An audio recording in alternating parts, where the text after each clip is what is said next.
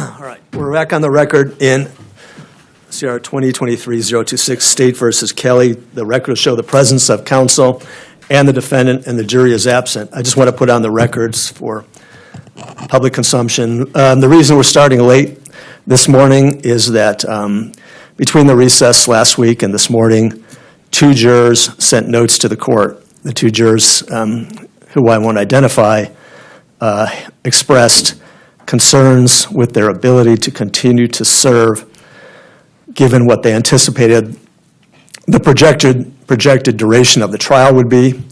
They had some very serious, legitimate concerns about continuing to serve in terms of their personal, business, financial, economic, and supervisory type responsibilities. So we met with counsel on the record and myself with each of the individual jurors this morning. We reviewed with them what their concerns were and what their issues were. We informed them about what the now projected duration of the trial will be. I told them, each of them, that if they could not serve because of personal reasons or economic, employment reasons, whatever, if it just was too much of a hardship, that we would agree to excuse them. But having discussed what we now believe is the projected duration and progress of the trial, both of them thought it over and agreed to continue to serve. So that's why we're running a little late. That's what we did this morning. We still have 12 good jurors, and we're ready to proceed. And we can bring the jury in. Yes, sir. Can we take this now?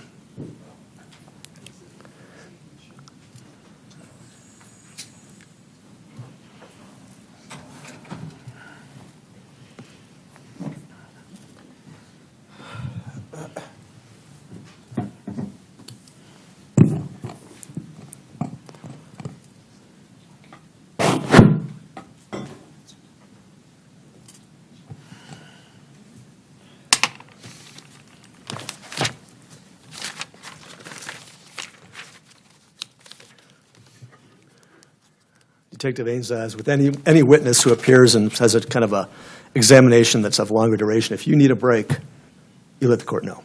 Thank you.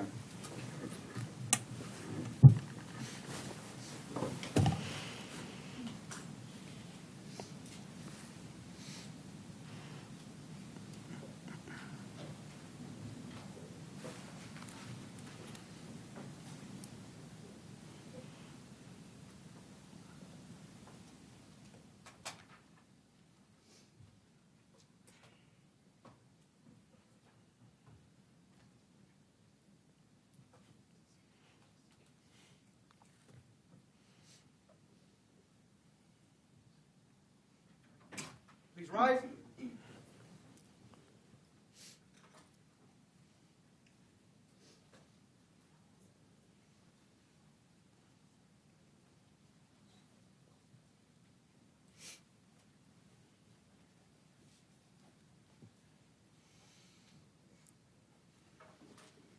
Everyone, please be seated. Good morning to all the jurors. Hope everyone had a nice weekend. It was finally beautiful. The weather was terrific this weekend. We're ready to proceed. The witnesses on the stand. The record will show the presence of all the jurors, counsel, and the defendant. And Ms. Lothorpe, whenever you are ready, you may continue with your cross-examination. Thank you, Your Honor. Good morning, Detective. Good morning, ma'am. Let's back up a little bit and tell the jurors your function as a detective. How are you different from patrol? So our function for patrol is we have more resources, more experience. So basically when patrol takes an investigation and they run out of resources and they need us to come in, we don't take over, we assist with their investigation. It's more in-depth training than a patrol officer. Okay, so that's the qualifications. Let's talk more about the job duties. So you have patrol. They go to a scene of a crime. They're called out for whatever reason, or they observe something, correct?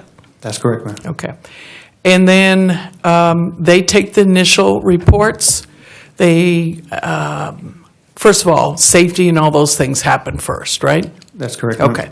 assuming we're past that, everyone's safe, they collect statements, correct? That's correct. Any evidence at a scene, they protect the crime scene, correct? That's correct, ma'am. I mean, that's a very important role when there's been a shooting, is to protect the crime scene, correct? That's correct, ma'am. A robbery, it would be important to do the same thing, right? That's correct, ma'am. All right, because we want to preserve evidence, correct? That's correct, ma'am. Okay. And so it's important to separate witnesses so they don't have a chance to converse together and have their independent thinking, correct? That's correct, ma'am. All right. And a lot of times, detectives are not at a scene, but they could be called there, correct? That's correct, ma'am. Okay. And that's just case by case, availability by availability, correct? That's correct, ma'am. But everyone that had a hand on it should put a report in along with the main officer that has the case, correct? That's correct, ma'am.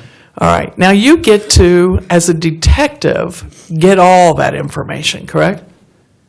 I try to get almost everything.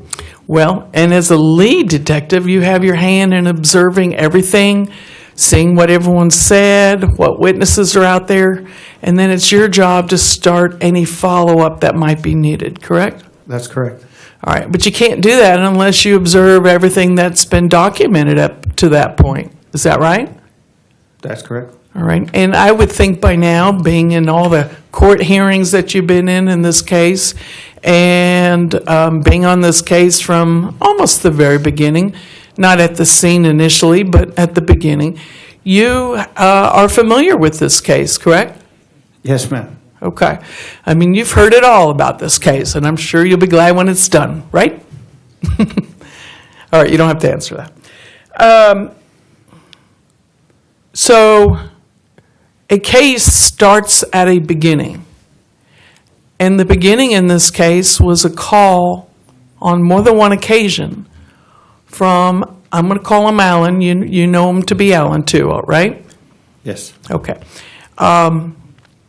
Alan called Border Patrol on numerous occasions, correct? That's correct, ma'am. Okay. And the calls, other than the recorded voicemail, was not recorded, but statements were made. Is that right? Yes, ma'am. And where in the interview process, give me the order of who you interviewed as you started the beginning of working this case. Who's the first person you interviewed? Well, I gathered information at the office from the sergeants on scene, both Sergeant Rodriguez and Sergeant Flores. Once I got to the scene, right before Mr. Kelly and Mrs. Kelly were brought in, I made some other phone calls with Sergeant Flores, Sergeant Rodriguez, Agent Morcell. And then who did you interview? Both First. Mr. Kelly and Mrs. Kelly. In that order? Yes. Who else did you interview after that? After that, the days follows. I interviewed Border Patrol Agent Morcell, Heredia. I was part of the interview with Mr. Wisdom and Mr. Wise, in that order. Okay. And then I know State did interviews later too, and that they became duplicative in what you've already done, correct? Yes, ma'am. Okay. So we on Friday all heard the video recording of Alan's statement to you, correct? That's correct, ma'am. Okay. And you know from that interview, and you admitted on Friday that there was really no admission to committing a crime of murder to anybody, correct?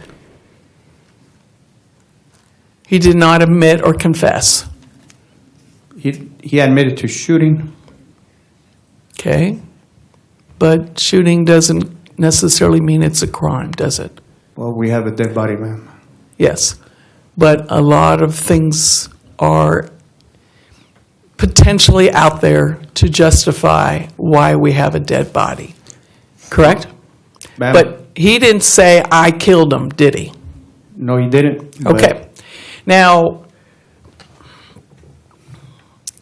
matter of fact, we went through my whole dramatic thing that I did on there to show, and you admitted that it would make more sense to step out of the house and look to the threat, which was be to your right as you exit the house, and that would be where your focus would be, and that's where he claimed he shot above their heads, correct? That's what he's telling me. Yes. Okay. And we also know that if you believe, in your belief, you have no scientific evidence to support this, but it is your belief that that body died right there, right where it was found. That's correct, ma'am. And that's where he got shot. That's your statement. Yes, ma'am. Even though the medical examiner and the two ballistics experts have other theories that could have taken place. So that contradicts that as a fact. But it's just your belief. We'll give it to you as your belief, okay? Is that good? That is your belief. Well, ma'am, we have a dead body with an injury. The trajectory is consistent with Mr. Kelly's residence.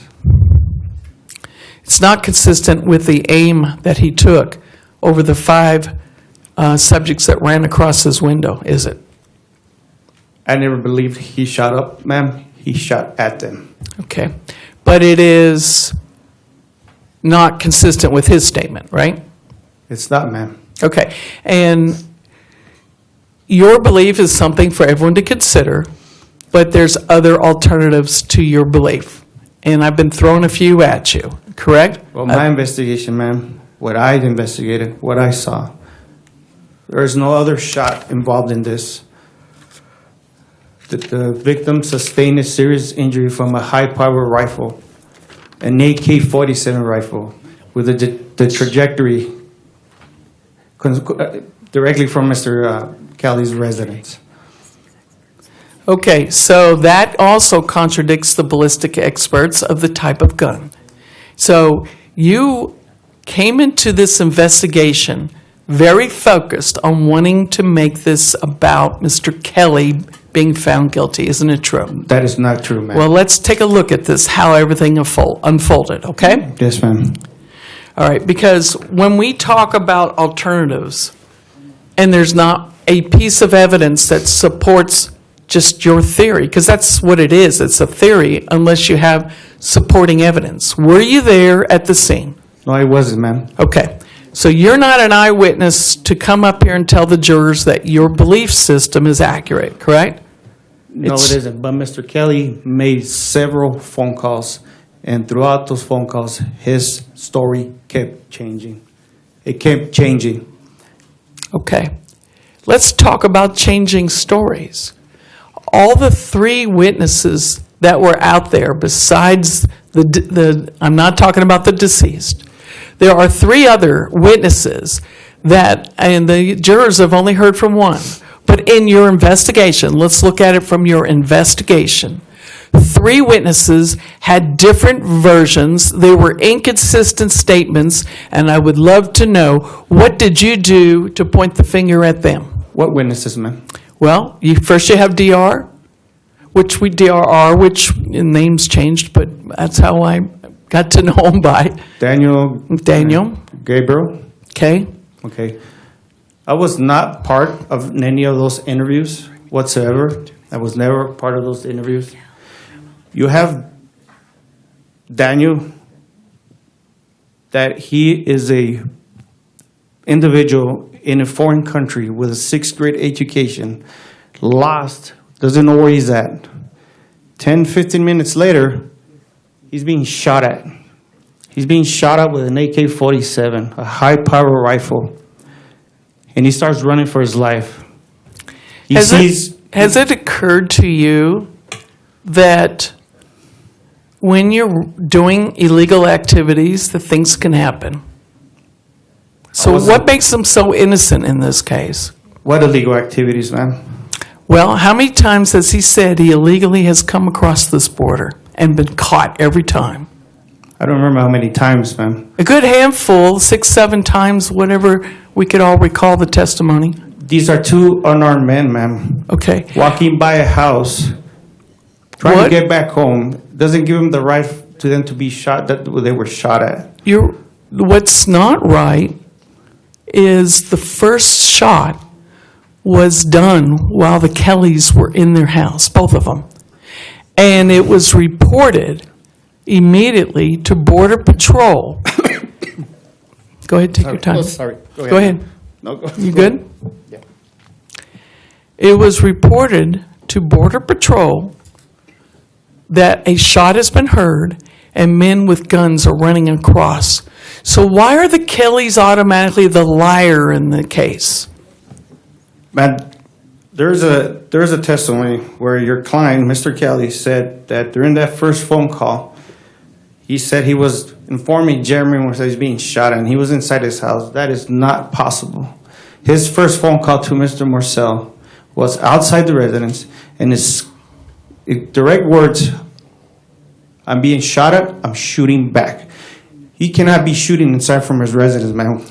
No, but his testimony was he went to the door while his wife got the card, called the number for him, and put Jeremy on the phone as he stood in the hall at the entrance or the exit of his doorway to the back patio, the east patio. Yes, ma'am. His testimony was he was standing there, passed the phone back, and that's when he went outside. It just works just fine. What's wrong with that?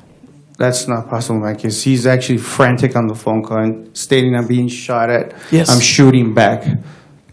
If you saw 5 people and you knew they had those kind of backpacks on, and you know from all the communications of living out there and talking to the Border Patrol liaisons and the people and the cases that are going on around with the neighbors and the text messages that he got leading up to this. Ma'am, there's absolutely no evidence of 5 people at the property. Nothing was found, no bundles, no backpacks, no rifles. Why would they drop it? Why would they drop a bundle? Because that's what they do, man, to get away. Not with the merchandise in it, they're not. Everyone's different, ma'am. That's right.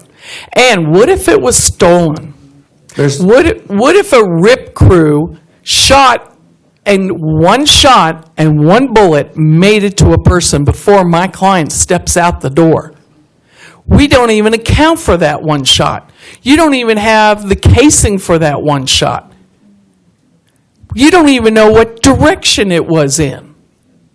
You don't know if they were at the back of the property, if they were in the arroyo that's right behind the property, which would account for the traveling bullet to go from lower to upper because of the elevation.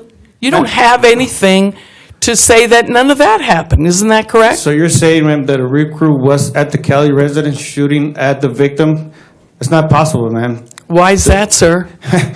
The trajectory of the bullet came from Mr. Kelly. If your statement is true, ma'am, of Rick Crew being at the Kelly's house, both Mr. Kelly and Mrs. Kelly wouldn't be here, ma'am. These people are dangerous. When you're But out there there, is no, they're dangerous. nor is there evidence. There is no evidence of these people ever being at the property. No one exists. There's no 5 boogeymen out there. There is no. Okay, let me go Rifles, on one there's- of your theories here. I think think you asked an open-ended question. Okay. So let the witness answer the question. I'll let him. There is no bundles. There is no rifles. Nothing was found out there. Nothing. Nothing was found out there.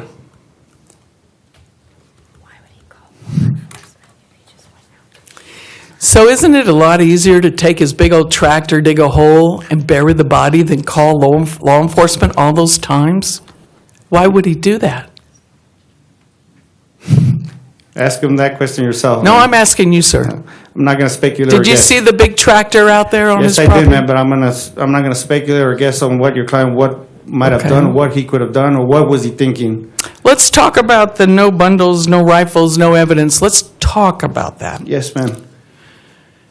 There are 3 other people that have fessed up to being there since the beginning of the investigation. okay? Not only DRR, but Miguel and Ramon, two different other additional people that has not come to the courtroom, okay?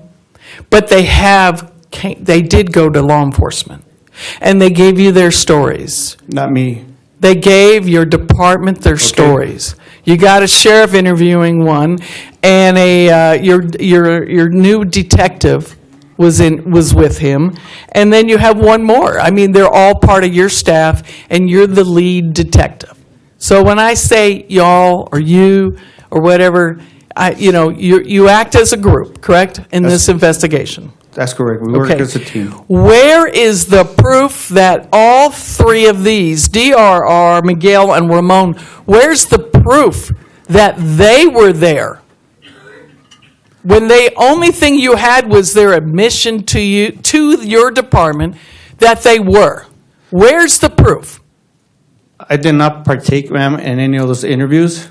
Sir, I'm speaking to you as the head detective, okay? Who knows everything about this case, who has been in every single hearing on this case.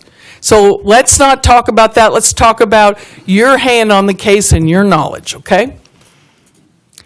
Do you have proof? Because you say you have no proof of the backpacks and stuff. Do you have proof of the people that you try to put forward, including DRR, who testified that they were there?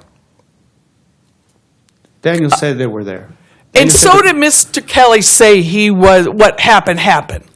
So why is the testimony of no proof to support his story any better than the proof that you don't have on the other three that were there? Objection argumentative, Your Honor.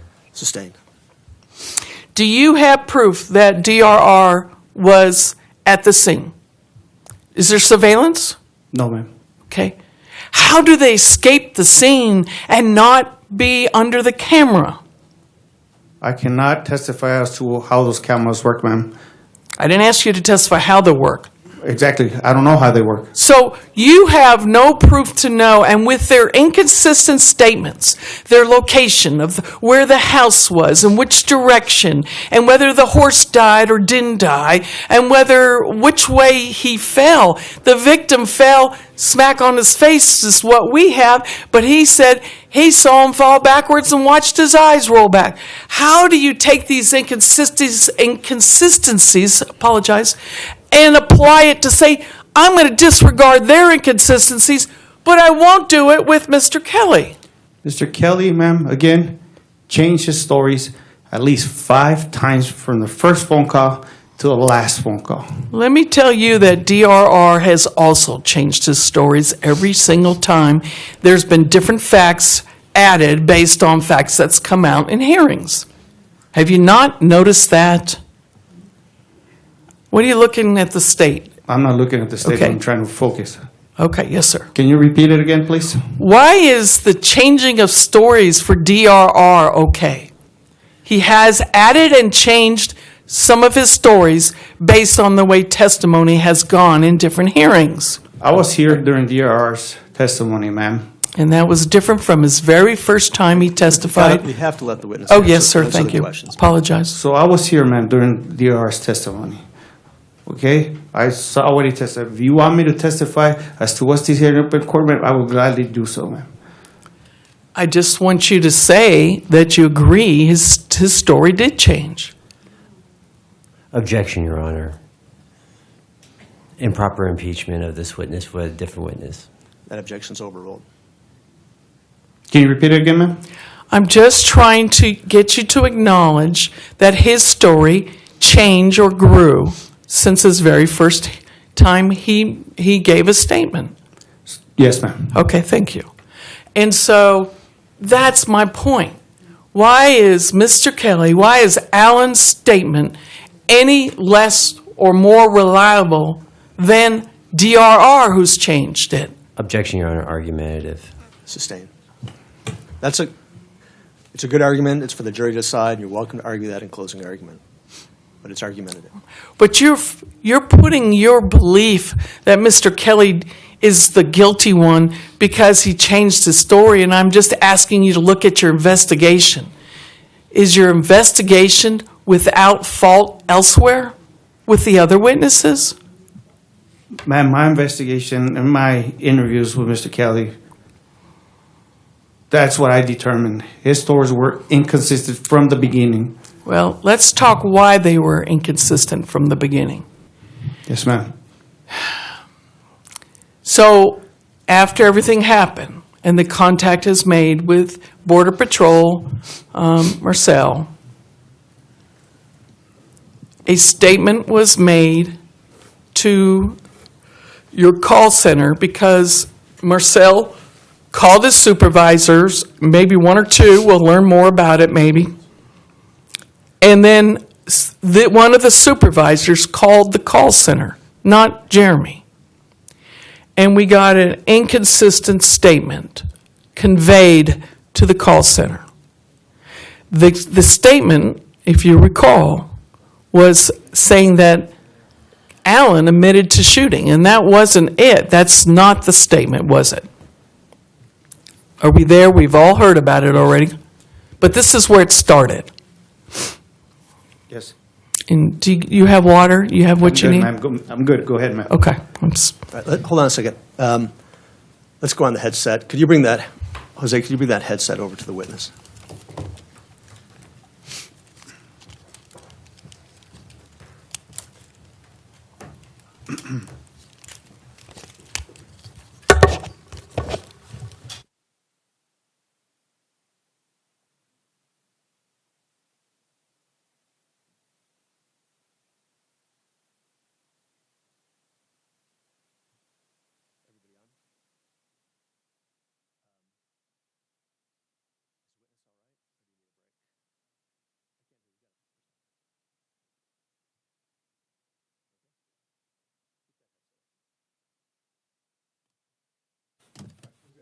We're good to go. Thank you. Thank you. You can continue with your cross-examination.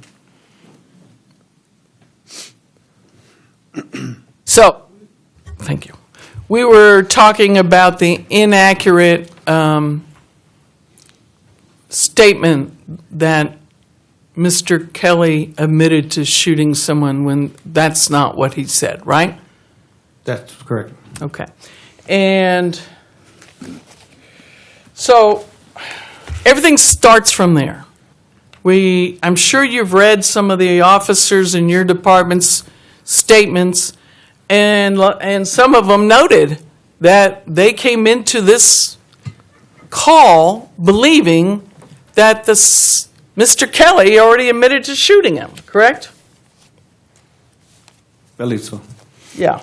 I mean, for them to note it is confirmation that they heard dispatch, the call center, somehow communicate to them that the suspect has admitted to shooting. So,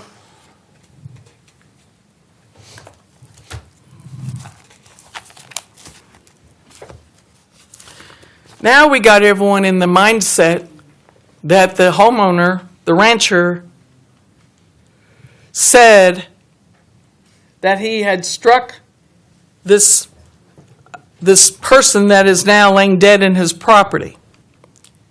That sure sets the tone for the investigation. Would you agree? Are you reading off the dispatch logs, ma'am? Not reading yet off of anything, just going on recall. Okay, so can you repeat the question for me again? Yes, sir. So the tone has been set by dispatch conveying inaccurate information that she must, had received from a supervisor at the Border Patrol. Yes. Okay. That sets the tone to what everyone is doing and how they're handling it. Wouldn't you agree? Yes, ma'am. Okay. And the real statement was something may have been struck earlier, correct? I believe so, yes. And so it was not a confession. And it makes sense when you know about both earlier call and later call, correct?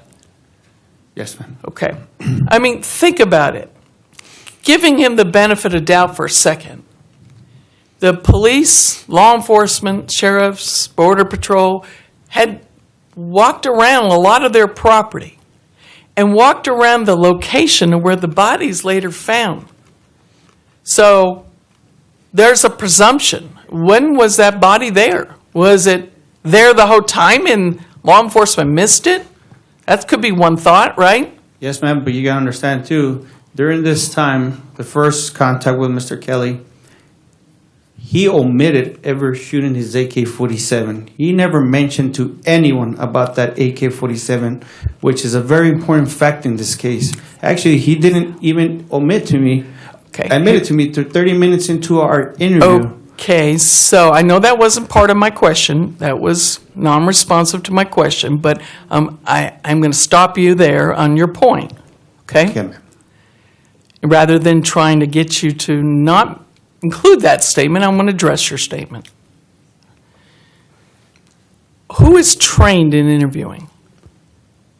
All of us, ma'am, we all get trained in Law interviewing. enforcement, right? Yes, ma'am. Okay.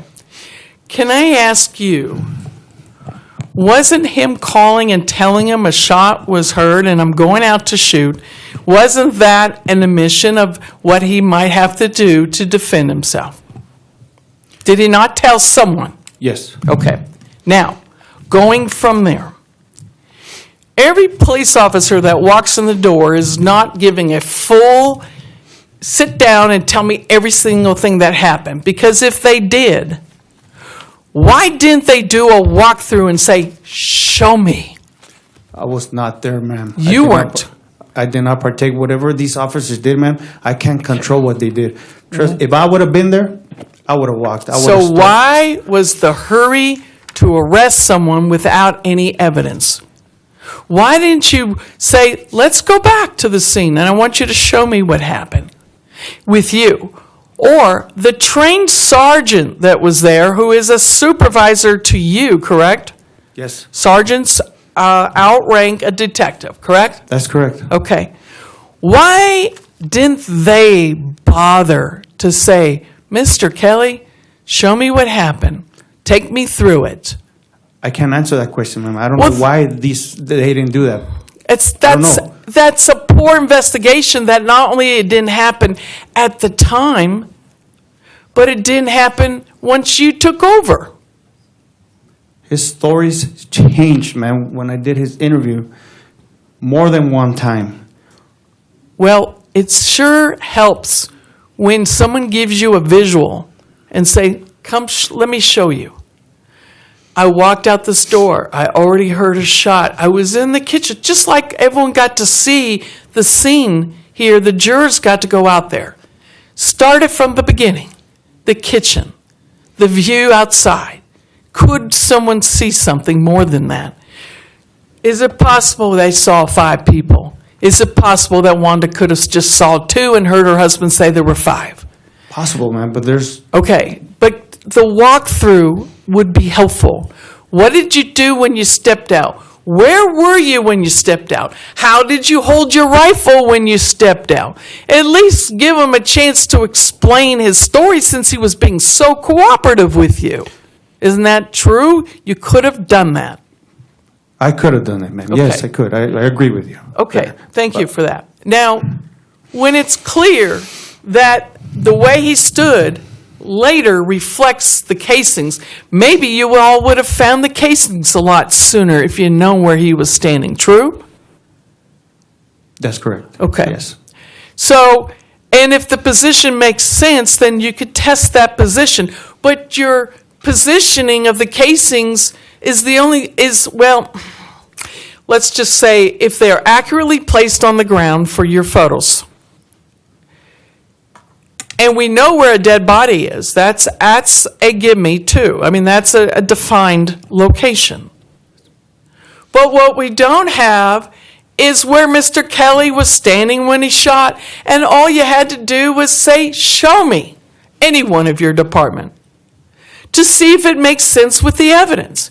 He wouldn't have known better. You know, you let them talk until they're done talking and see if it squares up or not. But no one did that, correct? That's correct, ma'am. Okay. And unfortunately for you and the rest of the department, and the what I call the telephone mishap, which means when you were young and you told a secret and told another person, it gets changed. The stories get changed, right? Yes, ma'am. And unfortunately, we'll figure out later how that might have happened, but it did. And so now, unfairly to your department, you all are out there with almost blinded to the fact that he confessed. So isn't it true? It could affect your investigation. Oh, ma'am. Okay, let's go on with how things don't get conveyed correctly. We were looking to the arrest booking form. I'm going to repost it. It's already been admitted. It states 2. May I, Judge? Yes. It's kind of where we were on Friday.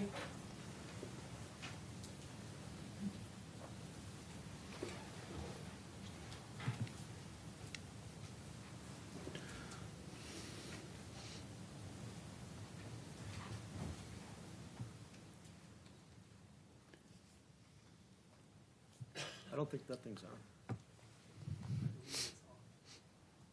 I don't see a light. There you go. All right.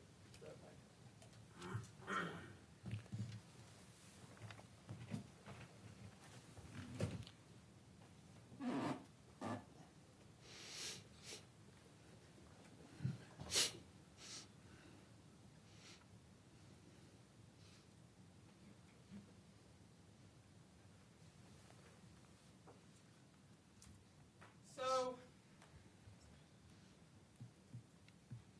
in a previous hearing, you denied doing this, but ultimately, you realized you did do this narrative. You wrote that narrative, correct? Yes, after Ms. Larkin presented this during our original PH, I did ownership, I did tell her, but I was not lying about it. I completely forgot about me assisting our sergeants, filling out the narratives. During this portion of the booking form, not only was I taking phone calls, typing up a search warrant, and multiple things, and I completely forgot that I did the narratives.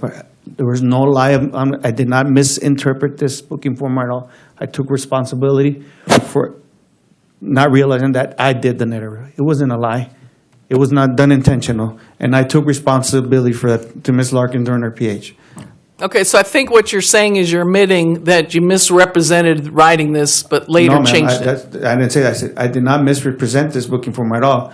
I just completely forgot that I requested assistance from the sergeants to book them in while I did everything else. I was doing finish up the interviews. I was preparing evidence to go out to the scene. I was, finishing up, preparing the search warrant on the phone with a judge to get the search warrant granted.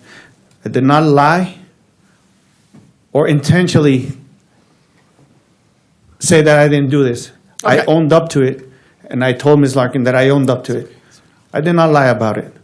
Well, let's just, even though that was under sworn testimony in a hearing, Yes, I understand that. okay, and you were under oath, and then ultimately you realized you did, Yes, ma'am. and now you're saying, you're admitting that you wrote this part. The narrative part, ma'am, yes. Yes, okay. Now, my problem with this is that you've already interviewed Mr. Kelly at this time, correct? Yes, this was after the interview. Okay. So, the first part I have a problem is that you said he was chasing undocumented foreign nationals. Okay? He never said he was chasing them. Okay? And you weren't there to see him chasing. And so, even though you heard that he wasn't chasing them, he did head out towards his barn. He did observe that he had no signs of them through the Aurora, believe that that's might have been their escape route. And he passed that location, because we know that was true because he was found up there by the water pump, which is just off of the barn. That's good. Okay. That's correct. All right. Now, you got men running around with guns in his version. Yes, ma'am. Okay? And he has property. Yes, ma'am. He has cows, Yes, ma'am. and they need to stay in his property. And so people on his property could very well have cut his fence line, correct? That's what he's testified to, And- told me to. Yeah, and that happens quite a bit. The Border Patrol comes back and tries to help them out and fix their fence lines and stuff with it, right? When it's Border Patrol, they actually cuts the fence, yeah. Well, I think they're very gracious. But he has a right to observe what's going on his property, correct? Of course, ma'am, it's his property. And he has a right to be armed in the great state of Arizona, correct? That's 100% correct, ma'am. Okay. And, but there's nowhere that he told you he was chasing them. He didn't say that, correct? It's just a yes or no. No, ma'am. No, he didn't, or no, he did? No, he didn't tell me about chasing. When Okay. speaking to Marcel, he said he All was right. walking towards them. And then you said Mr. Kelly was interviewed and admitted to shooting at, I'll let you read the rest of the sentence, make sure I get your writing correct. Last line, was shooting at Shooting at, I believe, with male subjects. male subjects. Okay. Well, yes, he did admit to raising his gun in the air to scare him away. He took a chance that he could have been killed, assuming that the person pointed a gun at him, and you admitted you wouldn't have done that. You would have shot him, right? That's correct, ma'am. Okay. And then what's the rest of the sentence say? The next sentence, last one. A deceased male subject was discovered on his property. Okay. So even though it's sort of true that he admitted to shooting his gun at over male subjects, you didn't write over male subjects, correct? Yes. You made this sound like an admission of guilt when he didn't give you that. And yet you started the storyline after it already being misrepresented by the Border Patrol, who conveyed it through the dispatch. But now, and you all heard that, but now had a chance to interview him, and he's never admitted and denied telling Jeremy that. Now, isn't that true so far? Yes, ma'am. Now, Jeremy, you interviewed before or after you wrote this? I interviewed him. Actually, I talked to him before, and before I did, then I interviewed him at a later date. So you know his statement was different than what was conveyed, that something may have been struck earlier was the only statement that Jeremy actually noted and put in his police reports too, correct? That's after the fact when I interviewed him, when he presented me those. But when the initial phone call, he told me he had struck something. No, come on. So now Agent Marcel is lying on the stand to these jurors? No, ma'am. No. Okay. I mean, he was very forthright. Yes, ma'am. He cooperated with you as a different agency. Yes, ma'am. He provided you his report at some point in time. You know, you have a means of correcting something and making a report to reflect the corrections. I've seen some coming from your department, correct?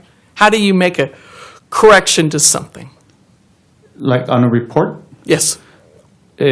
Before, you want me to explain how we do the corrections Yeah, on report? if there's just a random correction that needs to be made, So in CID, in our criminal detectives, we do everything on Word before it's submitted into Spillman.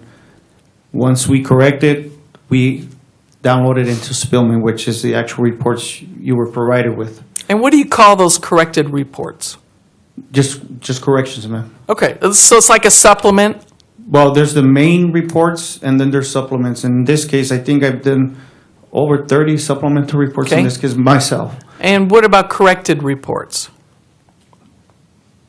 You call them the same we thing? We do supplemental reports. We document that on this supplement, I just noted this and I discovered it was wrong, so this is another supplement correcting this.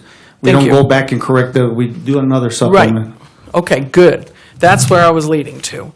You don't change what was, or even though there's a mistake on a report, you supplement and show the correction through that additional report, correct? Yes, ma'am, that's how we've been trained, and Did you ever do a supplemental report stating what Mr. Kelly really did say, something may have been struck earlier? it's on the interview with Mr. Marcel.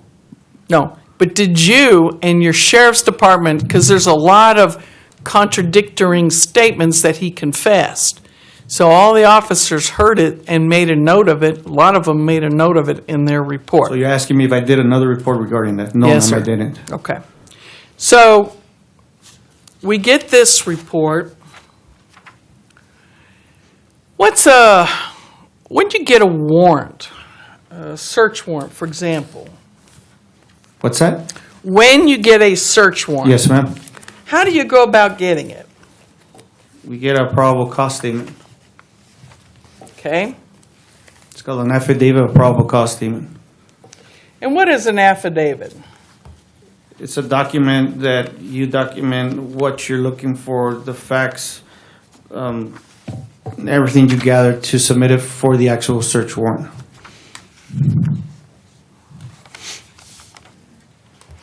An affidavit is a sworn statement, correct? That's correct, ma'am. Do you literally raise your hand before someone and swear that this information you're providing is truthful? Both in person or in telephone, we still raise our hand. Okay. So if you went to Judge Fink and said, "Sir, I need a search warrant," which you guys have done on this case, correct? Yeah, we've done plenty of search warrants. Okay. And you raised your hand if you were in person, or the other way, if you were doing it by some other telephonic means, you are swearing the information is truthful, correct? Yes, ma'am.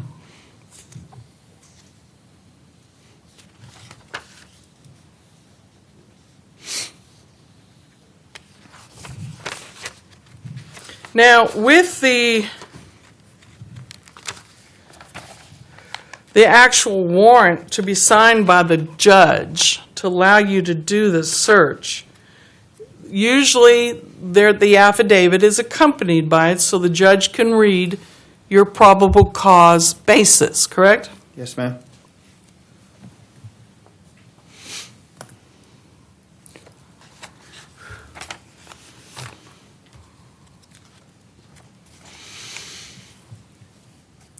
Now, I'm going to show you some stuff for you to look over. I picked one of your search warrants, and I believe this is your AT&T search warrant, okay? And I'm going to just let you review it first. I haven't marked it. I'll go ahead and get it marked, okay? May I?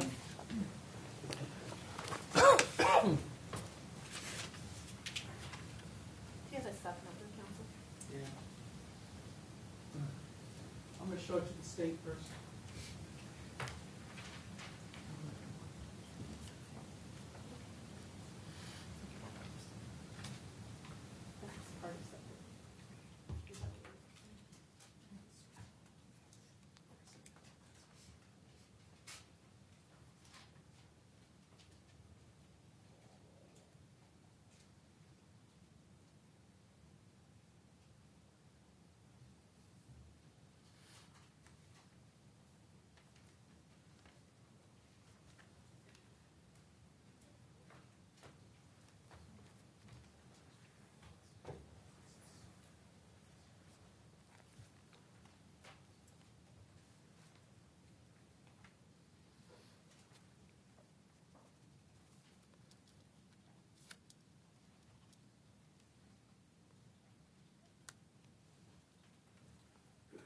As you go through your affidavit, I did obviously highlight a few things. I'll let you just review it and just let me know when you're ready.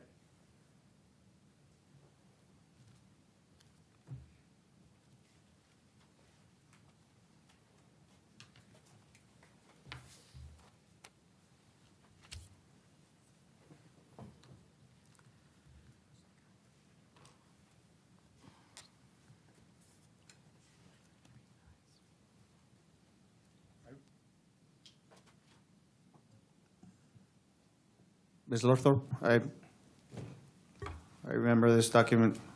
Thank you, sir. Let me know if you need it back.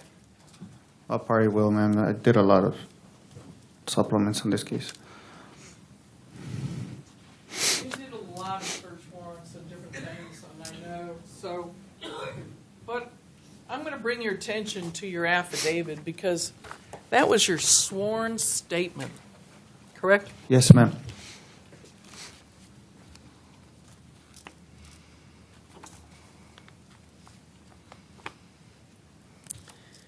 And what does the word affiant mean? Affiant. Me. Huh? Affiant. Me. Okay, okay, go ahead. What does it mean? It's me, Me. the person Being the sworn. Thank you. Sorry to cut you off. Okay, so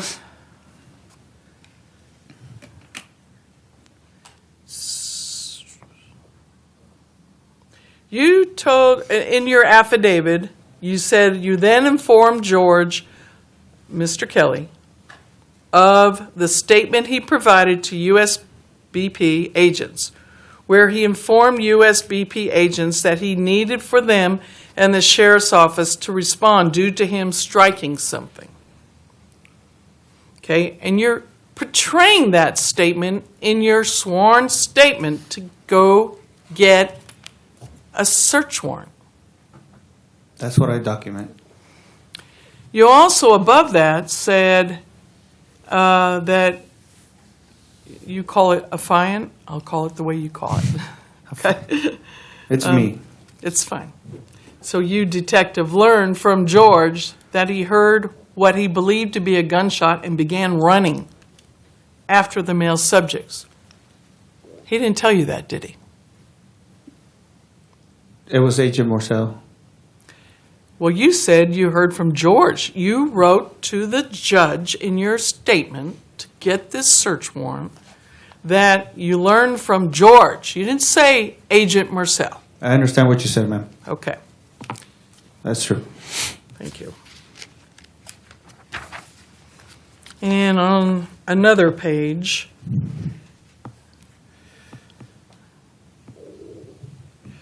that in this paragraph, at the end of this paragraph, you then learned from Agent Morcell that he had made contact with George at about 17:35 hours and proceeded to tell him that he needed for him to respond along with the sheriff deputies because he had struck something. Okay? He never said he struck anything. He's shooting in the air. So, once again, even if that indirectly came from Morcell in your belief because of the mess up through the call center, you now know the truth that that's not what Morcell said. Correct? That's correct.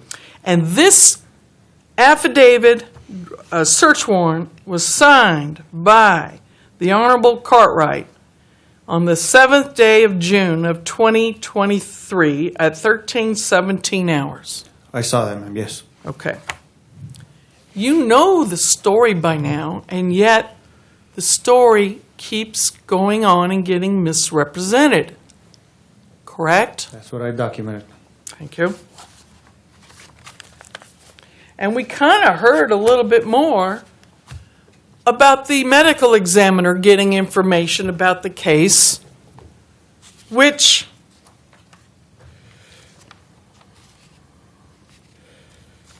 the narrative for the medical examiner wasn't accurate. Correct? That's And you true. didn't write it, though. You're talking about the OME report? Yes. The narrative on the ME's report. I had nothing, I didn't partake on the OME filling out the form. No. But when you are the lead investigator, detective on the case, and you see inaccurate information, you could supplement and stop that information. But you didn't, did you? Because I wasn't there, ma'am. I never saw the OME form and did not partake anything with the body until I attended the autopsy. I never saw that OME form. I know. Usually on all my cases, when not in prior ones, I take full responsibility of the OME because I know how important that form is. But I did not partake in this. I didn't see the OME form. I didn't see who wrote the OME form. I was not there.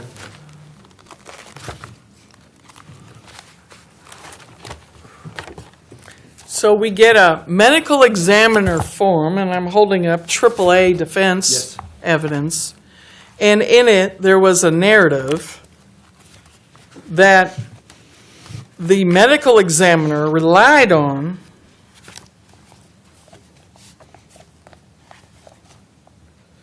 and I'm going to refresh the location of this to you and show you this piece of evidence.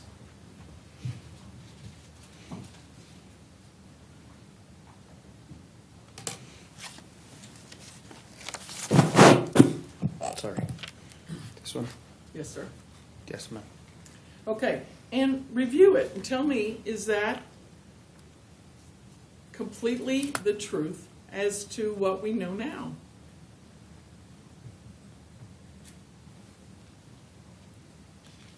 Like I said, ma'am, I was here, I heard it, I'm reading it right now. I didn't have nothing to do with this narrative. Okay. I didn't But write you it. didn't fix it. This already been submitted by the time I got to it, so whenever the body whenever the coroner picks up the body, the OME goes with the body, so I didn't partake in none of that, so. So this false narrative continues. And unfortunately, it could have been conveyed down to all the other experts. Isn't that possible? Possible. And when people go into a situation believing a certain thing has happened, that could affect them too on how they set up their expertise, whether it's ballistics or DNA or whatever, right? Yes, ma'am.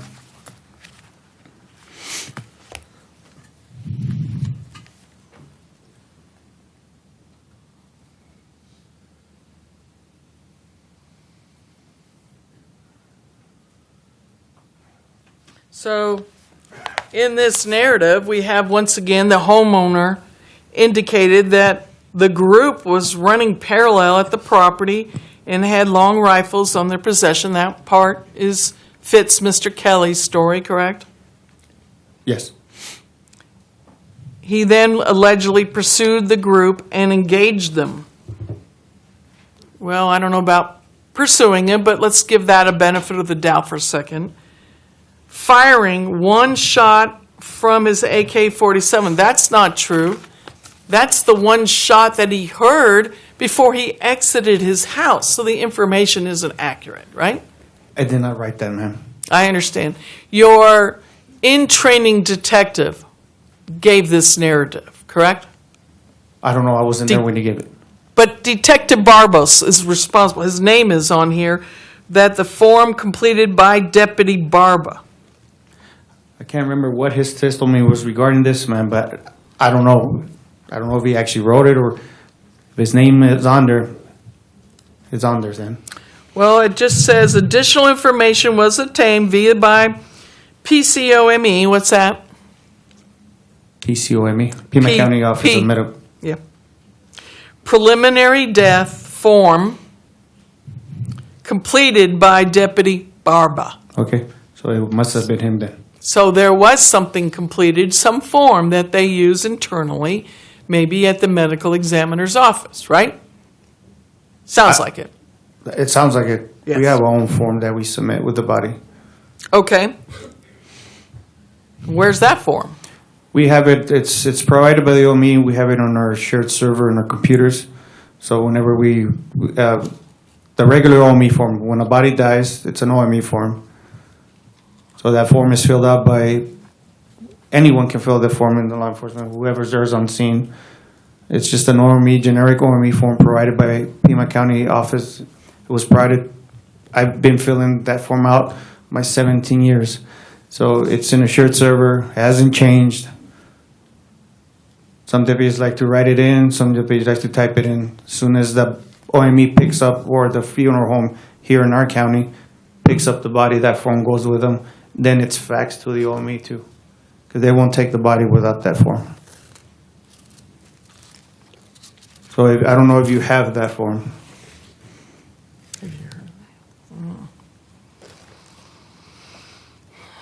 That form we could tell you exactly who filled that, the OMA form. Have you seen it? I haven't seen it, man. Like I said, I didn't partake in any of that. The only time I made contact with the body was at the autopsy. That's the first time I made contact with the body.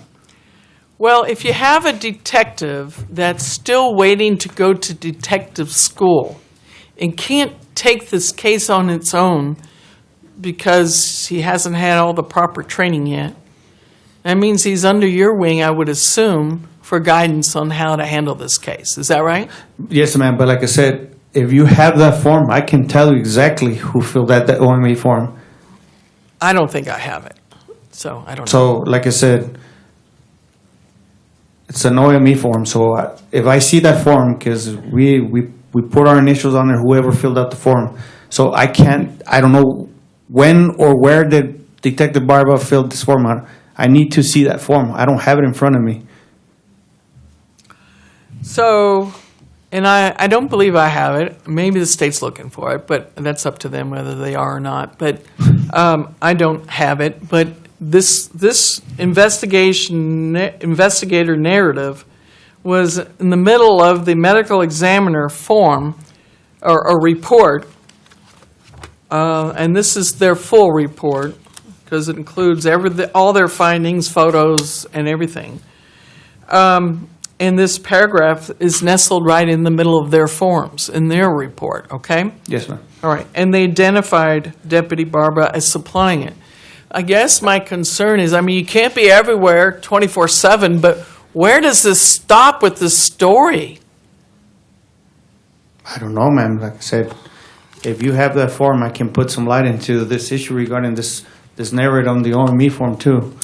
Well, maybe if you had sent out a supplemental narrative and said that part wasn't true, maybe others would get a copy of it and see it. I'm just saying is just the actions that are being taken by different parts of your department are still going on the presumption that he confessed and chased these people down. So here we have an investigation that's been slanted because of this false information from the beginning. Is that possible? No, ma'am. Okay. Let's look at all the evidence that you have worked on to show and support or not support your version of the case, okay? We have you guys doing DNA, correct? Yes. And if I recall right from testimony, all of the evidence, all of Mr. Kelly's clothing that was selected, no DNA was found on it that would have been the victims, okay? Yes, ma'am. Correct? Yes, ma'am. And matter of fact, you didn't put him in the right clothing. He had I believe you said the outer layer was a blue shirt, but he had a sweatshirt on and a vest that was out over the blue shirt. So just so it doesn't confuse the jurors. Do you remember that clothing now? I do remember the clothing, ma'am. Okay. Do you remember let's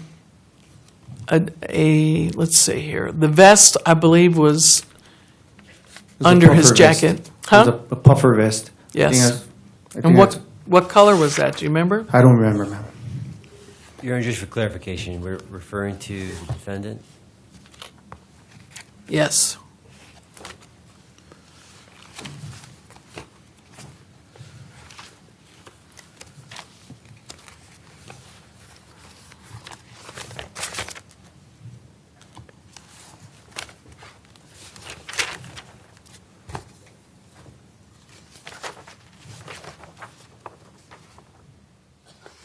Is defense GG admitted yet? So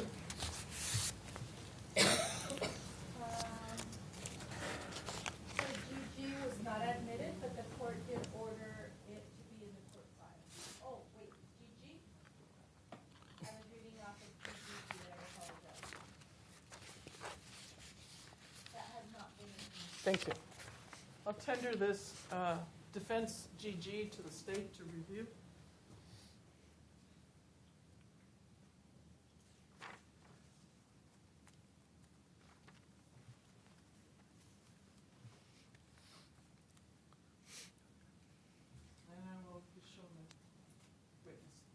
There's going to be no objection, Your Honor, if she moves to admit. You need a break? No. Okay. If you'll just read my note. Okay, hold on one second. I'm sorry, I didn't see it before.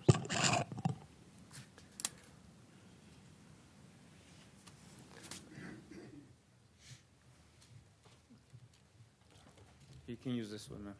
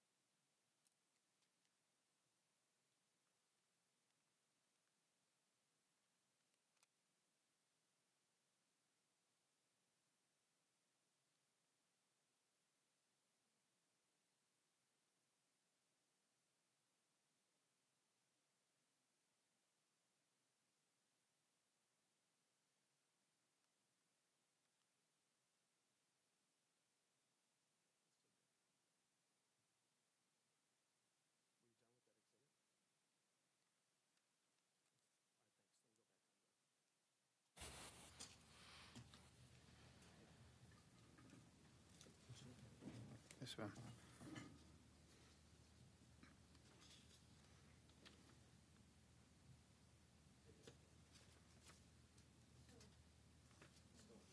I'll get it. I'll be up there in a minute. Can you identify these photos that has been marked as Defense GG? Yes, ma'am. Those are Mr. Kelly's wardrobe. Okay, and there's 1, 2, 3, 4, I believe. 4 photos of this in this exhibit, Yes, ma'am. and they all accurately depict his clothing upon arrest and taking his clothing. Yes. Can I see him again, ma'am? Just real quick.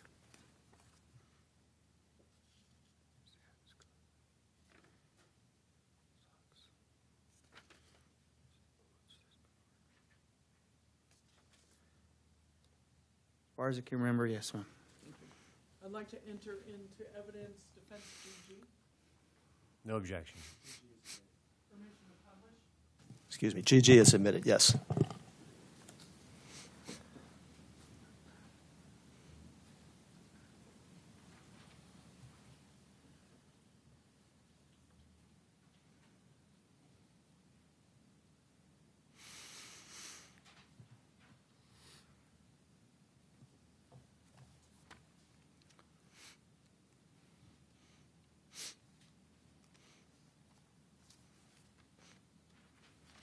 Okay, I'm going to start with the third photo.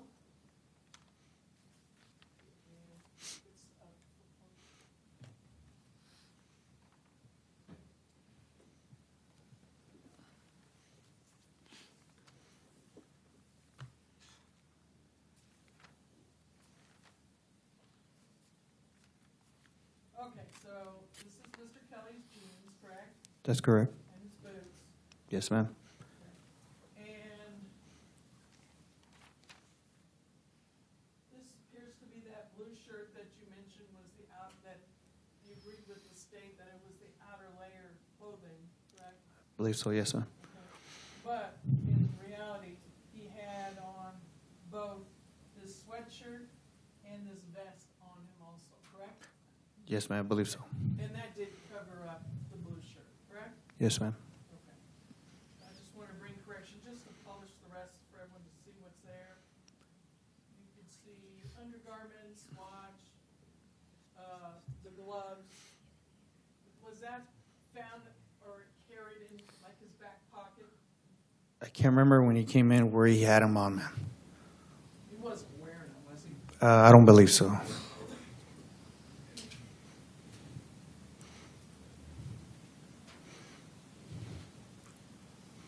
And that last one was the first photo. This is the second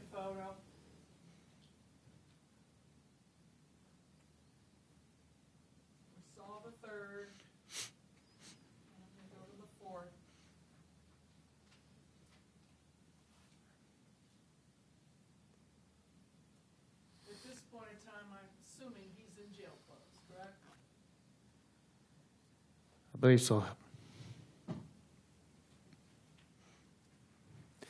All right. Sounds like you're moving into another area. We'll take our mid-morning recess. We started a little late this morning, so I'm going to keep the recess to 15 minutes. About 10 o'clock, we'll be back at 10:15. I'll excuse the jury, and I'll stay here with counsel. Please rise if you're forward.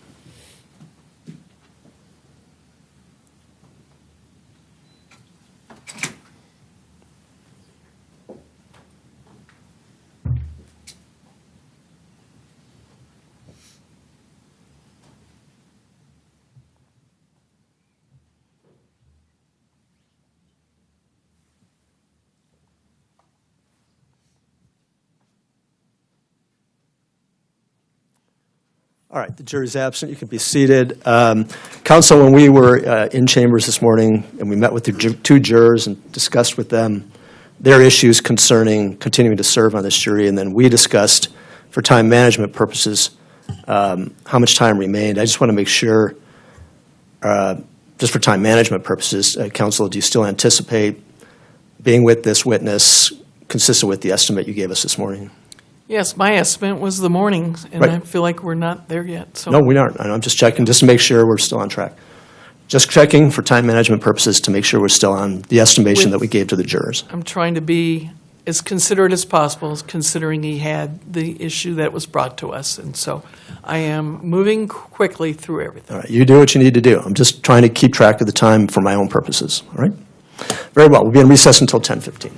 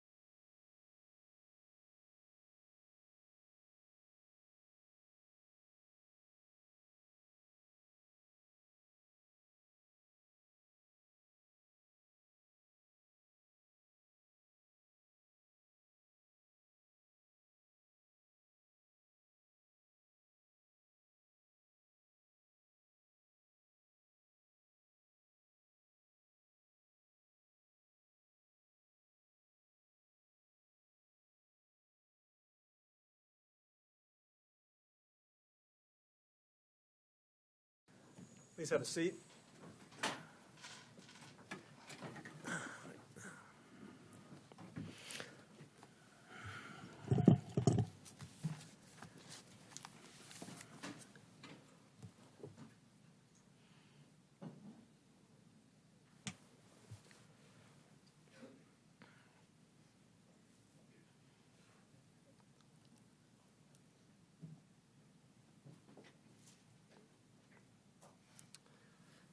All right.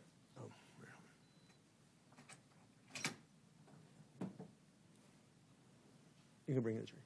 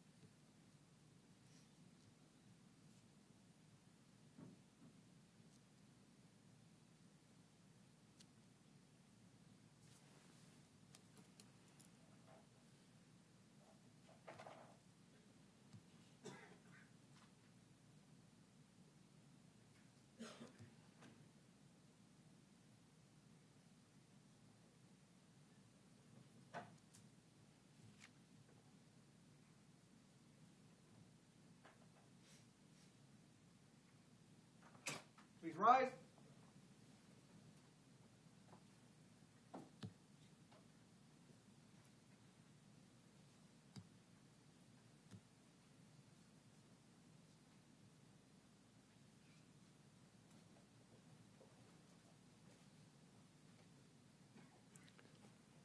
Please be seated. The record will show the presence of all the jurors, counsel, and the defendant. The witness is on the stand.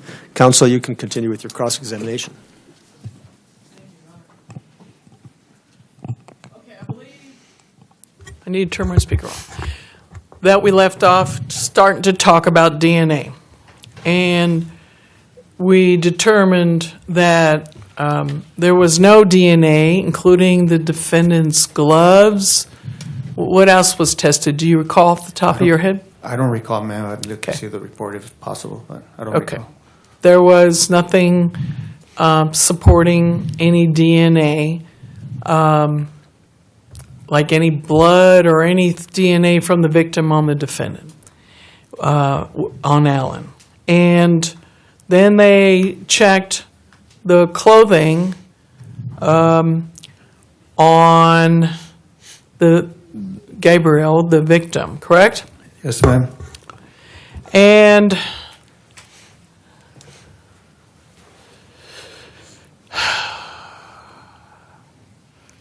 the backpack just seems to be excluded from all testing on the case.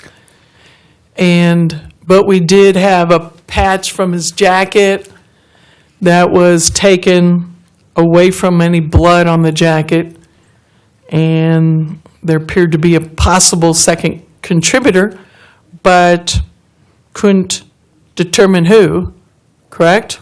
Did you hear that part? Yes, ma'am, I remember. Why didn't you collect some of the other DNA from and voluntarily ask if, DRR would have given some of his DNA since he put himself at the scene? I have no answer for that, ma'am. Well, if he fought you heavily, maybe he has a different role at the scene if he was there.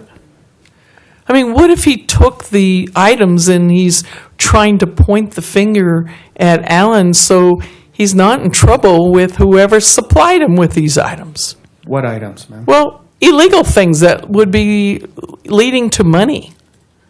Well, there is no evidence of anything like that found on the property, ma'am. No backpacks, no Okay. bundles.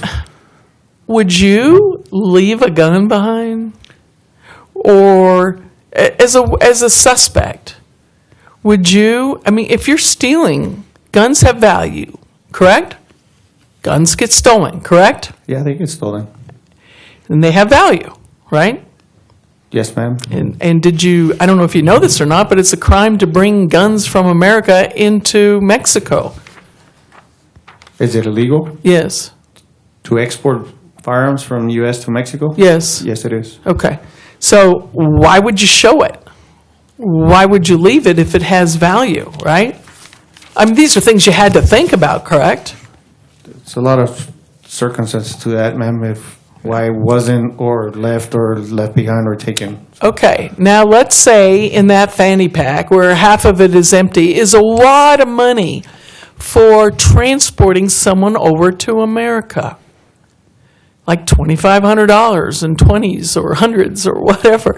But that wad sits in the fanny pack. Do you think if you were stealing from someone that you would leave that behind? You're asking me to guess on that, ma'am, so I don't know if there was money or not, but I'm not going to guess on that. But you are a detective that can handle a robbery case too, aren't you? A robbery case? Yes. I've taken robbery cases. Okay.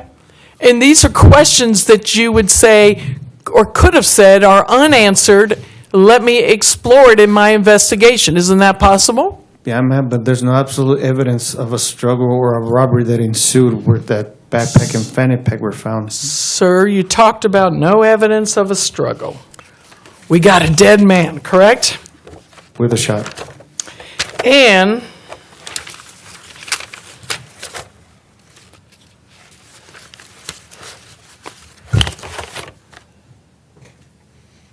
SS admitted? Defense?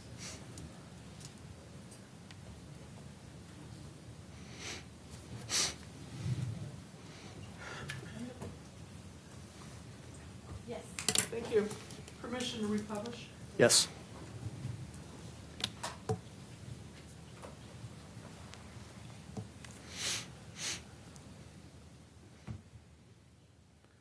To me, and I want to know to you, does this picture not cry out some sort of foul play? What foul play, ma'am? It's a dead body facing down. Let's take a look at that backpack, sir. Yes, ma'am? Backpack, you could fall down 300 times and it will stay on your back. This backpack is pulled up over his head, it's unzipped, and a fanny pack lies on the side where it's not normally carried. Does that not cry out foul play, possible robbery? No, ma'am. What about the fact that the buckle was broken? So, since we've seen photos that Gabriel has been seen with a fanny pack across his chest. Do you remember that photo? I vaguely remember it, yes. It was about a week before, Yes, ma'am. shortly before this incident, Yes, ma'am. okay? You put your most valuables possibly in there, possible, right? Possible? Okay? So money, drugs, things that might have value, ID, whatever might be in that bag, correct? Possible?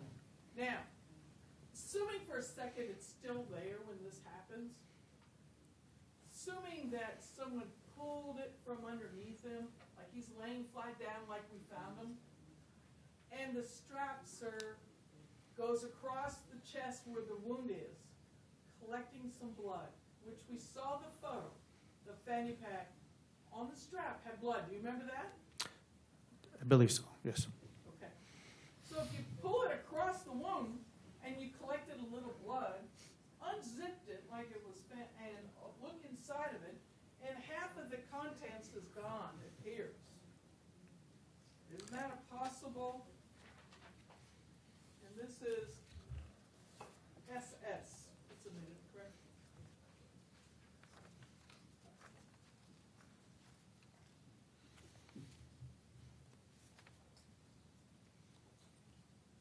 Seems kind of weird that whatever this item is the It's- only thing that's in this area. Objection, Your Honor, argumentative. Overruled. Does it not seem a little strange to you that something could be missing from this pouch? No strange at all, ma'am. We don't know what he had in there. All I found was food. But sir, a good detective is going to look at these clothes and see where they might take you. And I want to know, did you allow this to take you anywhere to possibly investigate? Did you ask for DNA from DRR? No, ma'am, I didn't ask any DNA from DR. So DNA is not conclusive in any way to show Alan's guilt, correct? Are we in agreement with that? Yes, ma'am. Let's look at fingerprints, sir. Yes, ma'am. Did fingerprints reveal anything that would show Alan's guilt in this case? There's no fingerprints found. Okay, so the answer is no, correct? No, that's correct. Let's talk about gunshot residue. Again, I made a point earlier with that testimony to show the biggest area on the back, and since this is the side and the back of the entrance, the biggest area was covered by a backpack and it wasn't tested, correct? The backpack wasn't tested. Right. Instead, we did the shirt, I believe, or the jacket, underneath the backpack, correct? That's correct. Okay. So, was there any evidence, one way or the other, of the gunshot residue? How long did it take you to run that test before you did? I was not part of that, ma'am. But it was, to initiate, to get an expert, when was that inquired? 6 months later? A few months later? I would like to see the report. I didn't take part of that. That was Detective Barber that assisted me with the gunshot residue test kit, if you would call it. I don't remember. Yeah, but you're the lead detective. I'm going to keep reminding you of that, correct? I understand that clearly, ma'am. And he was learning, and he probably was going through you with your approval on that, correct?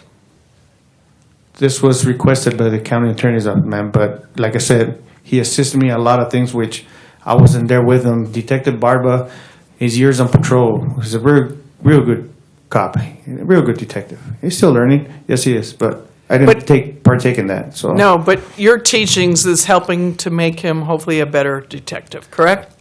Yes, ma'am. Okay, how to handle a murder case. You've had one at least before, correct? That's correct, ma'am. And he really hasn't been a detective on any case at this point in time because he was in training, correct? That's correct, ma'am. Okay. So your guidance on what to do in the case would come from you, correct? Yes, ma'am. You're running with this investigation now. Yes, Correct? ma'am. You're correct. You might have higher powers, but it's your baby. It's your case. That's correct. Okay. And the results of it will come through you. You will take the time to look at it because you know everything about this case. You know what's happened on this case, correct? That's correct. Okay. And that's the job of a lead detective, correct? Yes, ma'am. Okay. So there's that let's see if I can find it real quick.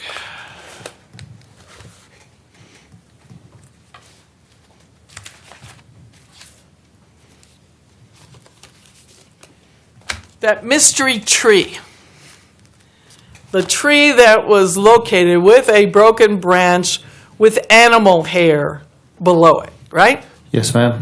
And so initially, no one thought much of it. But we did hear a little testimony that maybe someone suggested you check on it But we're half a year later, correct? I believe so, yes.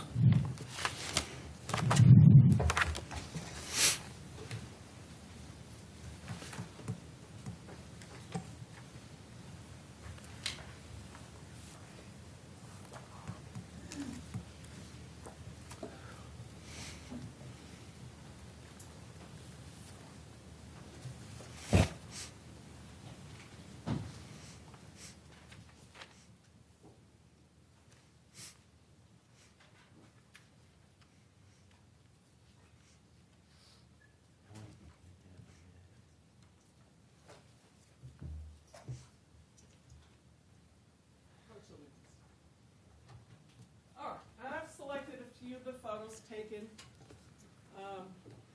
in relationship to the tree that was tested a half a year later. Can you identify all these photos?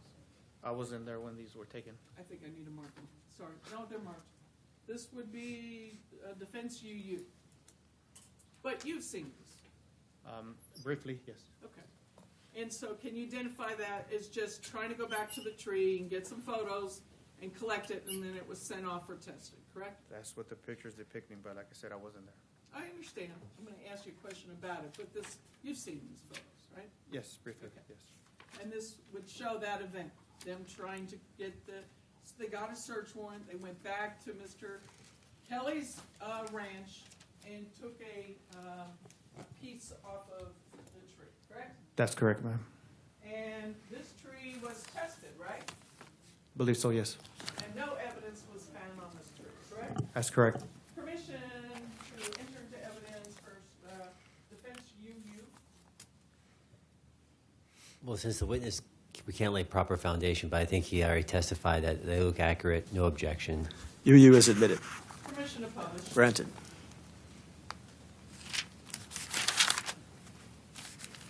I understand you weren't there, but I would like to make a point about these photos, okay? Can you see the first one? Yes, ma'am. Sorry. Yes.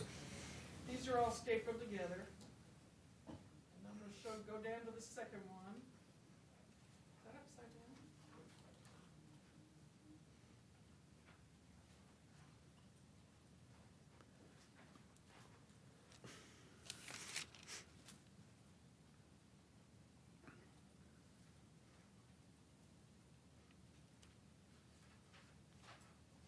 I'm going to the third one.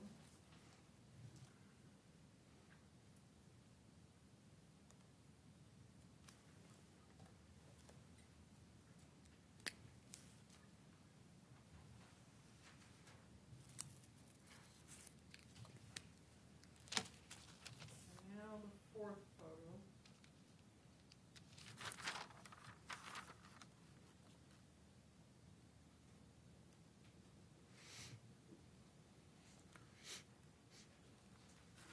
Fifth photo.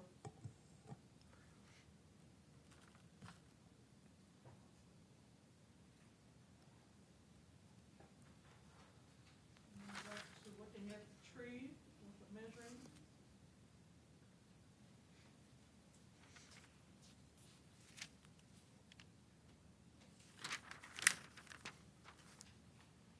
Now, the reason why I wanted to show you all this is because, do you see them properly measuring the locations of the evidence from, not only for identification purposes, but later for distances also? That's what the pictures are showing, yes. Nowhere with the spent casings did anyone take the time, isn't it true, and measure where each casing was in location to fixed objects. We did not measure, we just labeled with placards. The proper way in any reconstruction of something, whether it's an accident or evidence, is to do exactly what was done on this tree to the other evidence. Correct? Like I The said, proper ma'am, way. Like I said, that day, we just located them, photographed them, and But, sorry. No, it's okay. I understand your question of the label, the measuring. I Yes. understand. And I get it's not your job initially. It was crime scene's job initially, correct? Correct? Us, CID? CID, however Yes. you call it in your department. Yes, ma'am. Yes, sir. And the reasoning is because you had to put the casings back down on another time to help with the reconstruction. I mean, or any other reason you might need to go back and do it, and it's not even documented, correct? I was not part of that, man. Okay, but it is true. I don't know, man. I was not part of that. But you That's saw the photos. Yes, ma'am. You But- didn't see one measured out like you did in this grouping here. You're Then talking about- I'm sorry, sorry. ma'am, Let sorry, me I refer it to you, defense you for the record. I didn't see any casings on there. That's what you're asking me. No tape measuring Oh, where the no, ma'am. casings were in relationship to the different fixtures of the patio. No, ma'am. So to accurately relay down, it's somewhat of a guess, just a guess by eyesight, an estimate, correct? That's correct. Okay.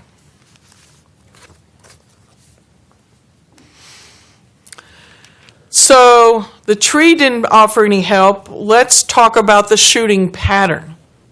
We sent this out to an expert, and he took the gun, a rifle of Mr. Kelly's, and shot to say it was in working order, correct? Yes, ma'am. Okay, which no one's denying the casings on the ground were the ones that were used to shoot over the head of the 5 subjects. Yeah, That hasn't been an issue in this case, has it? Just for clarification, she referred to an expert. We have 2 firearm experts in this case. So which one is she referring to? I'm talking, I haven't got into the question yet. But we had a shooting pattern expert who shot and determined the pattern of the casings, correct? Yes, ma'am. Did that assist in any way improving the guilt of my client? Just the ejection pattern, ma'am. That was what was done. The ejection pattern. But we're measuring it up against something that didn't get measured, I correct? wasn't there, ma'am. No, it's just a yes or no. You know, No, is there a no. photo of it being measured? No. Okay. So it's a hypothetical that there could have been some other testing that was not ordered by your department or whoever had the authority to the angle of the fire testing wasn't done. Okay? And do you remember that part of the testimony? I believe so, yes. But yet we know in this case, the rifle was held up, and he even gave 100 yards up over their head is what he gave.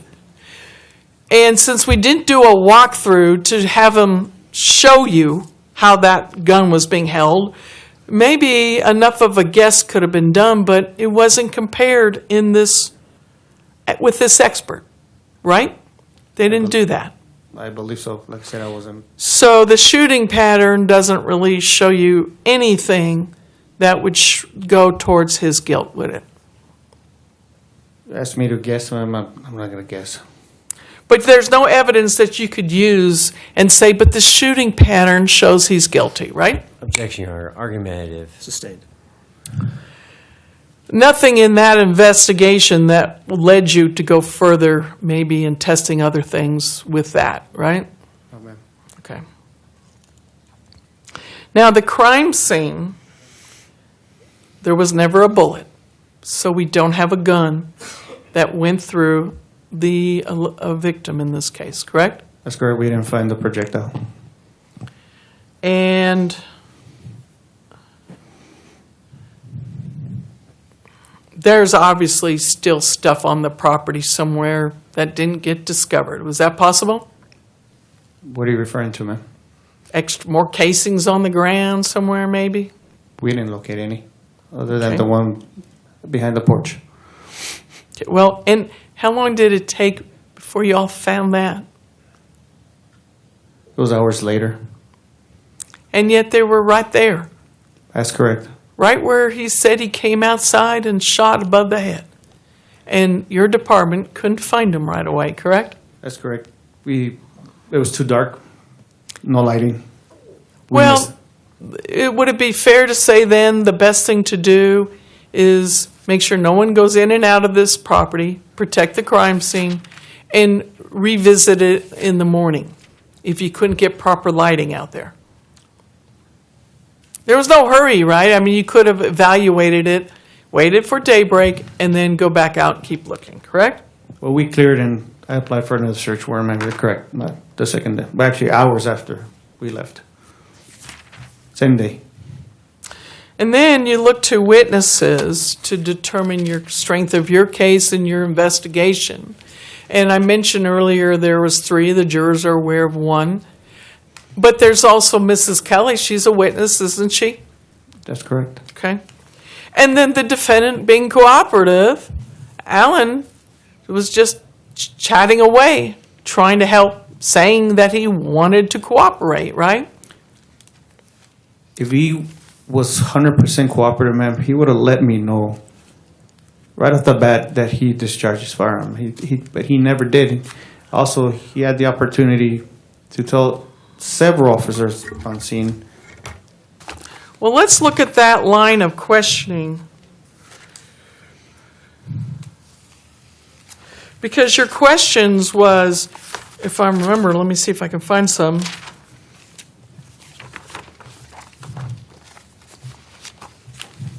It was something to the effect, did you shoot at that gentleman?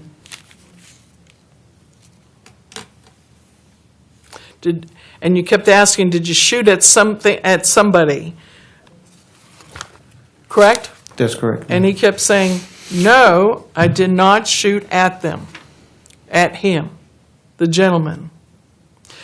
Question, George, did you shoot this gentleman? That's the type of questionings you were asking of Alan, correct? Yes, ma'am. And ultimately he says, how would I know? But then he said, but I did not shoot at anybody. Okay? Because he's over the head.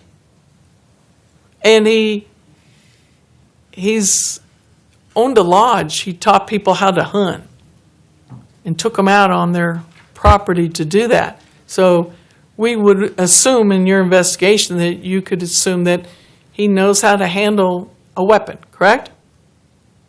We can assume that, yes.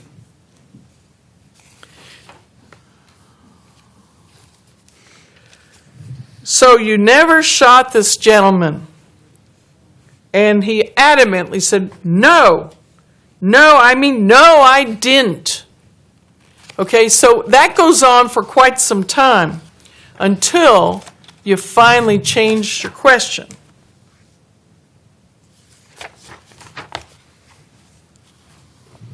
After he says another time and another time, I did not shoot at those gentlemen.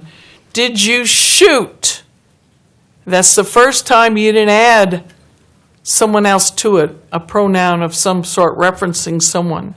And he said, yes, meaning he did shoot. But I shot over their heads. So it was your questions that he's responding to, and you want him to do your investigation and tell you all that, when he's relying on your questions and answering your questions. No, Mac he shot. He's the one that shot. Over their heads. Doesn't matter over the heads or at me. He shot, and there's a dead body. Why doesn't that matter, sir? What's that? Why doesn't it matter where he shot, just that the fact that he shot? Because there's no way he could have shot over their heads and strike the victim the way he was struck, ma'am. Exactly. That's why we're here. Shooting that way, over the heads, to my right, as illustrated in the courtroom on Friday, and shooting at a victim that you believe didn't move and went down right there. There is no way he did it by your words, correct? Ma'am, Friday you were asking me some very hypothetical questions that I don't even remember what you were asking right now, ma'am, that day. But the shot, and Mr. Kelly, since the beginning, was very untruthful. Very untruthful. That shot came from him. There's evidence. I'm trying to find the evidence. So we're going through, we had witnesses that had inconsistent statements that didn't pan out even against each other or to the scene itself. There was really not a confession here. So let's talk about another piece of evidence. A footprint. You remember that one? I remember the picture, but I wasn't there. Okay. So the footprint was a close-up footprint. And it did not help us in guiding us which way that footprint went towards. In other words, you could tell a heel from a toe on a footprint, correct? Yes, ma'am. Okay. So if that was, and I don't know if an expert has testified to this yet, but I don't think it's going to happen. But if that was Gabriel's footprint, the victim's footprint, tracking his footprints might have showed which way he was coming from and which way maybe he was going. Did anyone do that? I don't know, ma'am. Do you know that Border Patrol, who was assisting you on this case, may have a lot of experts that could have offered help in tracking? Did you solicit their help at all? No, ma'am. I know when the first initial call, they went out there. That's different from asking them for anyone in their group of agents are able to assist with tracking because you found a footprint.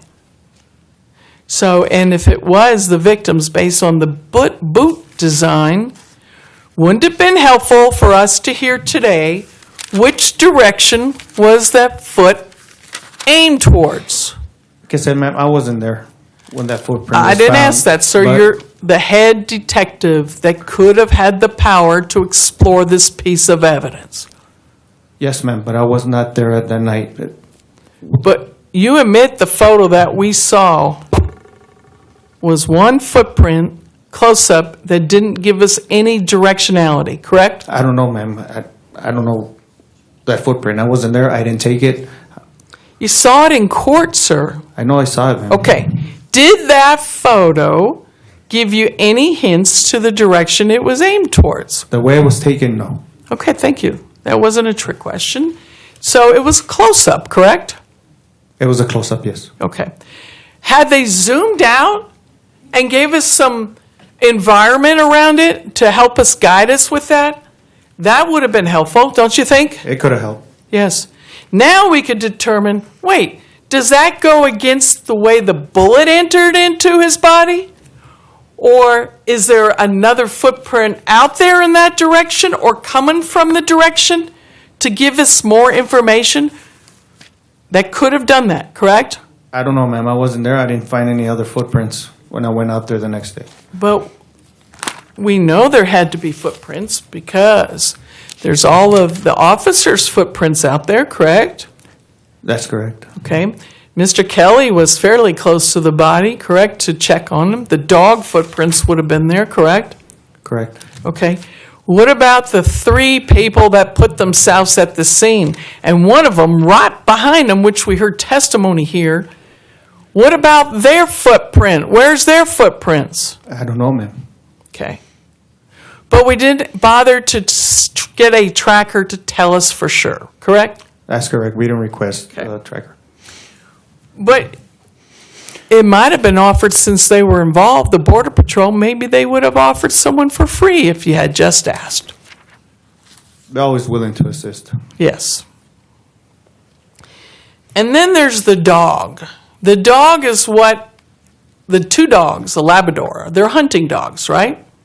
I don't know if they're hunting dogs, but I know they're Labradors. Okay, and they are tracking dogs a lot for the breed. Assuming that they're the ones that also happen to find the body, correct? Yes, From the ma'am. story, Yes. okay? So when Mr. Kelly went back out that evening, the dogs kind of took away from him and alerted to the location of the body, correct? That's my understanding, yes. So when Mr. Kelly went out the first time to check on his horse and make sure the horse wasn't shot, which would have been in that same area according to DRR or witnesses that are in the case, why didn't the dogs alert to the body then? Did you ever ponder that question? I don't know why, ma'am. I can't answer that question. Is it possible it wasn't there then? You're asking me to guess, ma'am. Is it possible that this backpack was dragged if it wasn't pulled to look into? Maybe it was a body being dragged. Have you thought of that? There was no evidence, ma'am, of a body being dragged, the backpack being involved in the dragging, or a struggle, ma'am. Okay, so why does the medical examiner note abrasions on the body? When he fell down, ma'am. Sir, that might be a bruise. An abrasion is more of a scraping.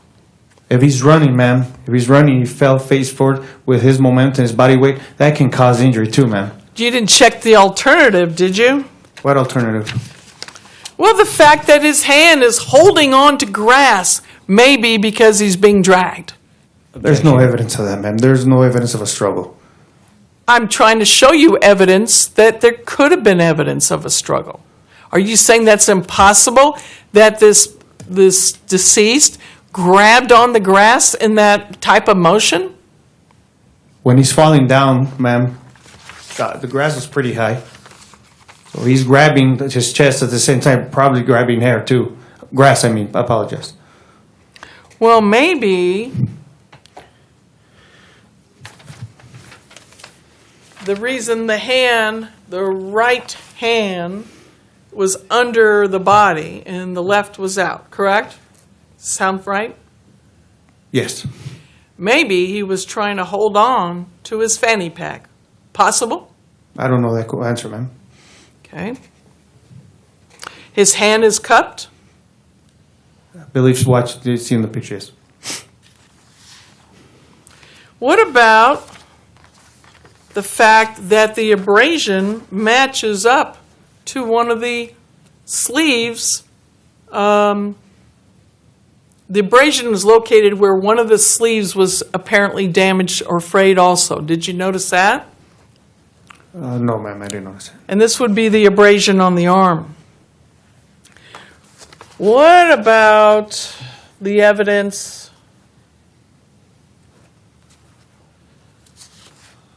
that in the... Let's take a look at this.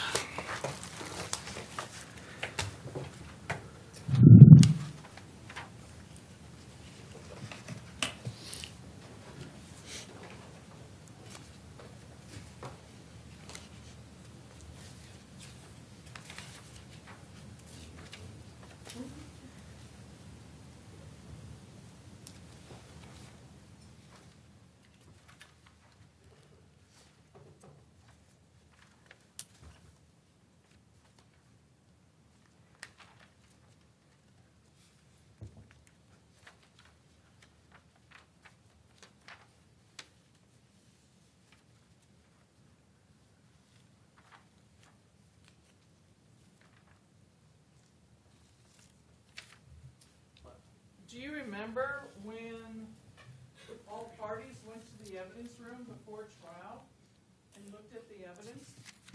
Were you present?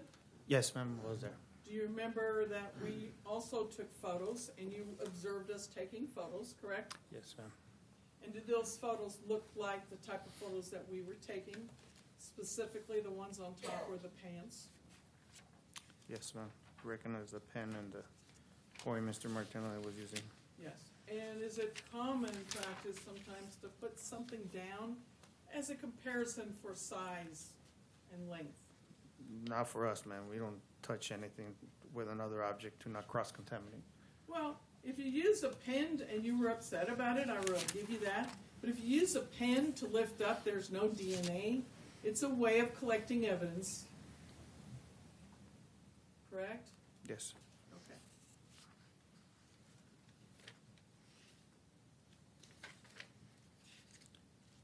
These worked by Mr. Martinelli, correct? Yes. But you were right there Yes, observing. yes. And you took your own photos of some of the same items that we were focused on, correct? Yes, ma'am. Okay. So these photos do accurately depict the photos from the evidence room not too long ago. That's been marked as defense TT. That were taken by your. Right, but you could identify Yes, these yes. photos. I'd like to enter it into evidence. No objection, Your Honor. TT is admitted.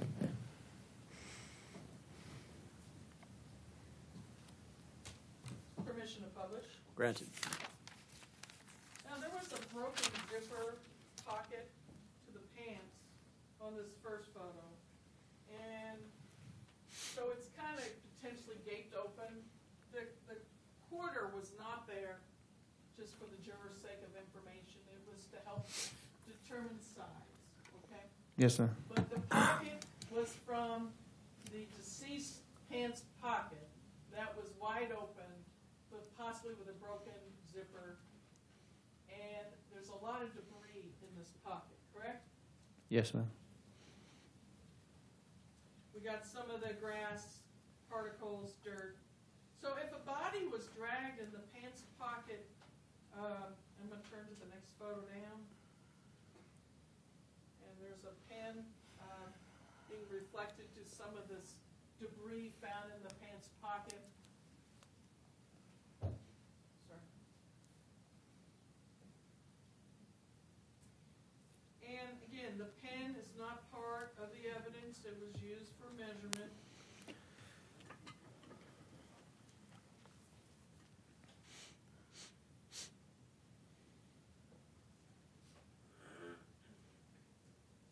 And these are the pants that was on the deceased, correct? Yes, also the decedent's pants. And we saw this hat in another evidence that I entered. Again, the way it was flipped on the body and the dirt that lies on it was something I pointed out before. You remember that? Yes, ma'am. And this reflects the broken buckle on the fanny pack, correct? That's correct. Again, if you jerked it off of someone or used it to grab onto them to pull, whichever, we won't know. It could have broken the buckle, correct? I can't answer that, ma'am. I don't know what happened to that buckle. I know. And I guess this is the buckle. I'm turning the pages. And now there's the fanny pack with the pen inside to show the size of the inside of the fanny pack. Correct? That's correct.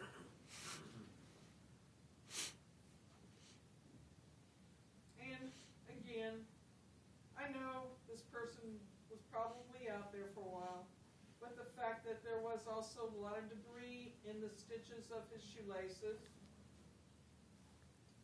perhaps a little bit of ruffledness at the tips of the toes. That's what these two photos have. Can you see these two? Yes, I can see him.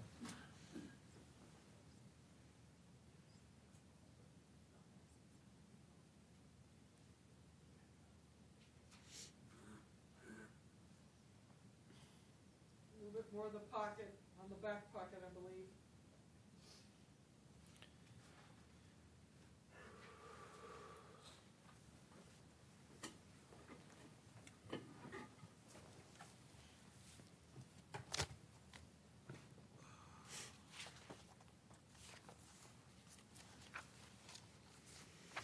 So you say there's no evidence of dragging, but wouldn't it be more fair to say there was no evidence pursued for dragging this body? I don't know what happened with those pants, man. That debris can be from anywhere. It doesn't prove that he was dragged. Yeah, but along with the backpack being up over his head, the broken buckle and the fanny pack on the side, the abrasions that match the tears in the clothing, and, the debris that you just mentioned, I mean, together, maybe that should have been explored. What do you think? Like I said, ma'am, there was no signs of a struggle or robbery being dragged or anything like that. Then there's with the medical examiner, we don't have the time of death because we have reasoning that you guys don't have your own medical examiner. But it is, you do understand the duty of law enforcement in the state to gather the evidence. It's your duty to present it to a jury if it goes that far, correct? That's correct. It's not the defense's duty. You understand that, right? That's correct. Okay. So time of death is a guess based on the time that one of your officers noted his death. But it may not reflect, it could be a couple hours off, it could be 6 hours off, it could be 10 minutes off. You don't know, do you? I'm not an expert, ma'am. I don't know. No, but we didn't get an investigator.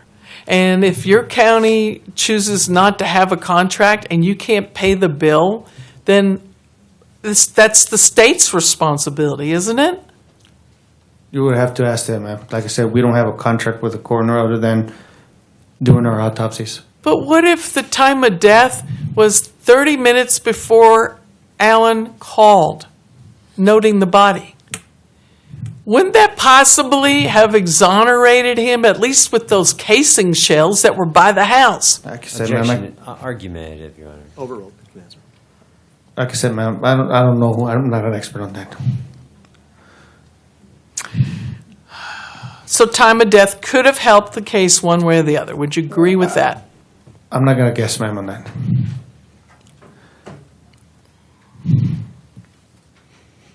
And the fact that the body was taken to a morgue right away instead of the medical examiner and placed in a fridge so that the body temperature couldn't be analyzed keeps also from this determination to be accurate, correct?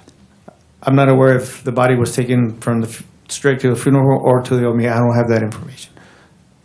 And we also have angle issues because we all know from the skeleton that I brought in with the rod that was placed and placed by the medical examiner into the body, it showed, and I'm holding my pen up, showing a form of an angle where the bullet goes in lower and comes up upward, right? I remember your demonstration. And the problem is there's so many possibilities to say what it could be from, why it's in that angle. What we know is it's not necessarily a straight shot in and straight shot out like we would expect someone to shoot, correct? That's correct. Now, I'm going to put a rifle in my hand, although Mr. Kelly's left-handed, but pretending that he's like me, and I'm holding my pretend rifle. And I'm a marksman. I mean, I've been a hunter. I know I'm military. I've been a veteran, okay? I know how to shoot, okay? So I go to shoot, you said 9 shots, right? 9 casings. 9 casings. Okay. So, am I going to try to target something? Most likely, right? Yes, correct. Okay. Because we all been to the shooting range, right? You've been to the shooting range. Yes, ma'am. And you're trying to get that little hole in the silhouette, or however you guys do your shooting, but to show your marksmanship, correct? That's correct. So I'm going to shoot 9 times. Bang, bang, bang, bang, 9 times. We got 1 bullet hole in a subject. Where is the other 8 damages? Why isn't there 1 bullet in DRR who's right behind him? Why isn't there one in his own horse, which I doubt he would want to do? But why isn't there some trees that show the damage? Or the pergola? All these things that I'm listing in my question are samples of things that could have been struck, but no evidence of, correct? Objection, Your Honor. This is all argumentative, Your Honor. Overruled. He can answer. There was no damages found anywhere around the area. So how does a marksman that knows how to hunt and shoot not show other 8 bullet pieces of evidence? I have no answer for that, ma'am. Is it possible that the one bullet and the one hole that happened possibly before he stepped out of the house matches better? Ma'am, Mr. Kelly's first phone call was, I'm being shot at, I'm shooting back. Well, it was one shot, and that's enough to say I'm being shot at. When you don't know, it's close, but you don't know where that bullet's going because he's in the house and it's right outside his house. Is that a question? So how does that square up to what you just said? What do you mean? Okay. All right, I Being think- shot, I Go- get the question. Go ahead. You said that his statement was he's being shot at. But isn't one bullet, one shot from a rifle or handgun enough to say I'm being shot at? One shot? Is that enough to say I'm being shot at? Well, going back to his statements, he said at first he was being shot at, then he changed that he believed he was being shot at or close proximity to him. He changes his story. Well, he doesn't know which person did it because it could be out by the body or it could be with these 5 guys, but it was close enough for him to feel threatened. He saw rifles, according to his version, Mrs. Kelly's version, correct? Then they changed their stories again, man. I think it's being fair to say, I don't know where they were shooting at, but I heard it. It's being honest, isn't it? But when you're changing the story, man, from 2 to 5 to 10 to 15, not knowing if they had rifle was too far, if they had rifles, I don't know if the shot came from, I thought I heard a shot. His stories were inconsistent, man. Do you know after he made his first call that, to Jeremy in the beginning, that after shooting in the air, that he believes he saw movement of possibly more people out there than 200, 250 yards out? Do you But- remember him telling you that? But he didn't tell Angel Marcel that about the shoot. He just told him that he's being shot at and he's shooting back. When you walk out the door and what you think is what you saw through the window and see them in this direction and you shoot your over the head, and then as you turn around thinking they've gone and you see movement out there of possibly more people and believing that this is a war between them, where do you think he got that from? Agent Marcel? He's hearing, you all are hearing parts of the story based on what time you took to question him. And if one person would have just sat there and did this walkthrough, maybe the whole story would have made sense. But Is that possible? There's no evidence, man, of 5 people being out there running with packs or rifles. None whatsoever. If you did the walkthrough and allowed him to show from the beginning to end and retell the whole story in order, maybe some of his bits and pieces would have made more sense, don't you think? No, man, because he was untruthful from the beginning, and his stories kept changing and changing and changing throughout my interview. Some of them was just misrepresentation of facts from people. Objection, Your Correct. Honor. Argument is Sustained. What about the phones? You did phones work. Now, I know we got text messages. We'll talk about that in a second.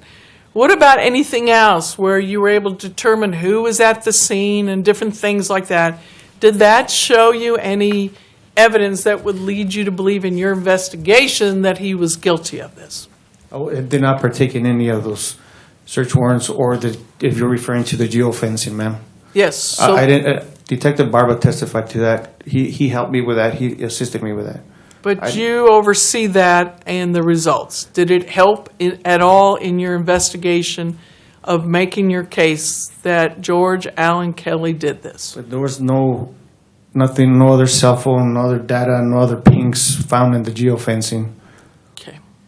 So the answer would be there's no evidence there. There's correct? no evidence there. Thank you, sir. And now let's go to the text messages. There were a lot of text messages first, in order of time, earlier, in January, proceeding in order to the date of this incident, okay? January 30th. There were quite a bit of text messages between Alan and the Border Patrol liaison, warning him of incidences. It was going back and forth at different times, in different days, but there was quite a few text messages intercepted in your phone dump, correct? Objection, Your Honor. We're getting into areas that the court has ruled on. This came in.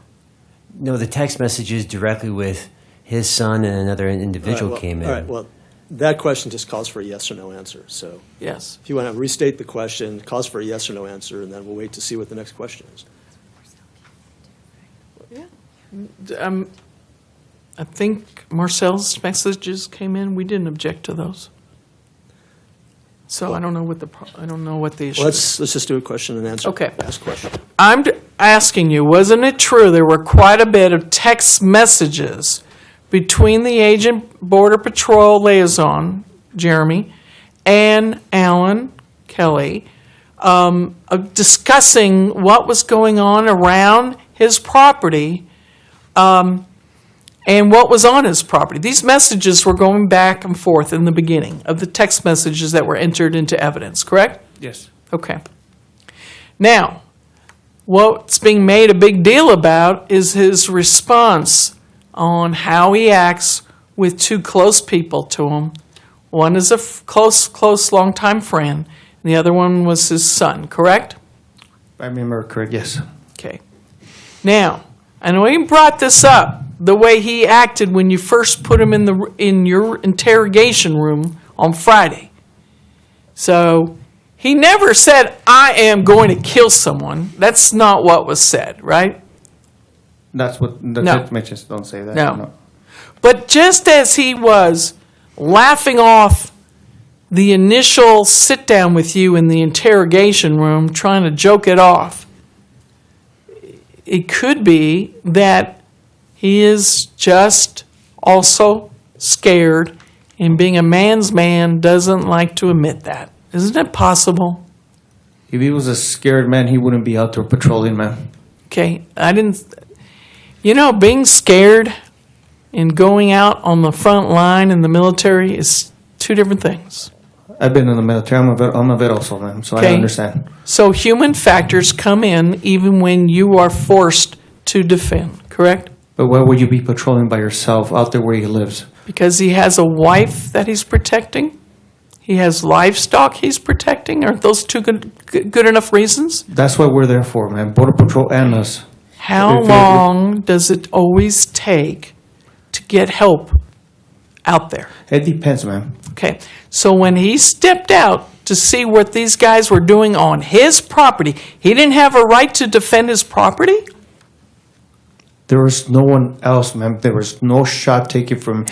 There's only one shot, man. And guys running by with at least a rifle or more, and backpacks running across their window view.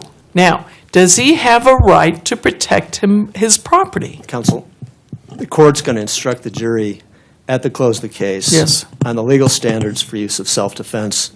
It'll be up to the jury to apply that law to the facts that have been presented in evidence. Yes, sir. So this witness's opinion about whether something is legally or not legally justified, that's the court's province to instruct the jury on the law and for Yes, them sir. to decide the issue.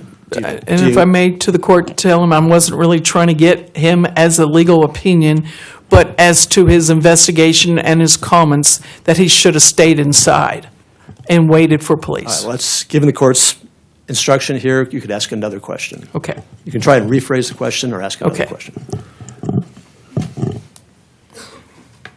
You will admit that he was on his own property, correct? Yes, he's on his property. And the only other person in his home was his wife, correct?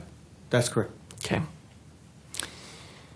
And whether it's brave or not, Mr. Kelly stepped out to see what was going on his property, correct? That's what he's stating, yes. Yes. And that doesn't mean that he fears and have concerns for his safety and his wife's safety and his livestock safety, correct? He's got concerns. Okay. I mean, his horse was out there, right? That's correct. Okay. Do you really think he would have shot towards his horse? It was right next to him. It saved the life of DRR, didn't it? Mr. Kelly went out there to check on the horse, to check if he himself has shot the horse, ma'am. No, sir. He never said that. Let's ask I don't- questions. Let's ask questions. Do you really believe that a old horse that is more like a pet than anything else on that ranch, Mr. Kelly would have shot at it Well, you're going out there and shooting 9 rounds, ma'am. with none of those rounds hitting anything, correct? Well, he's running. Horse is running. And there's testimony to that, ma'am.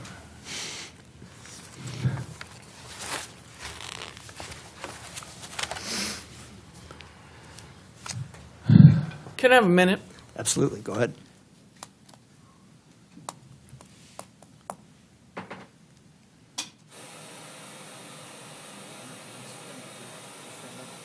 Sure.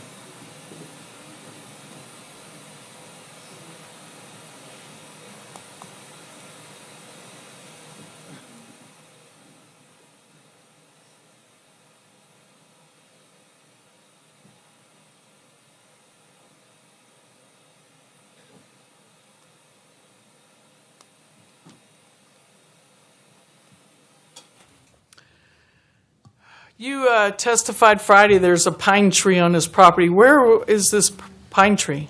I said there's pine trees around the property, not on his property. How far away, sir? I don't know, ma'am. I will be guessing, but I don't know how far the Keno Springs area is to his house. Well, you know how big his property is, correct? I believe, yes. Okay. And to get to different communities and say that that testimony is accurate to place them at Mr. Kelly's property would be a far stretch, wouldn't it? Can you repeat the question, ma'am? The fact that someone else at some other location has a pine tree, when you're saying everything happened right here at this location, how does that support that statement of DRR? Like I said, ma'am, this is an individual that's in a foreign country with a 6th grade education, doesn't know where he's at. 15 minutes later, after he sees Border Patrol, he's running. That's when he starts receiving the gunshots.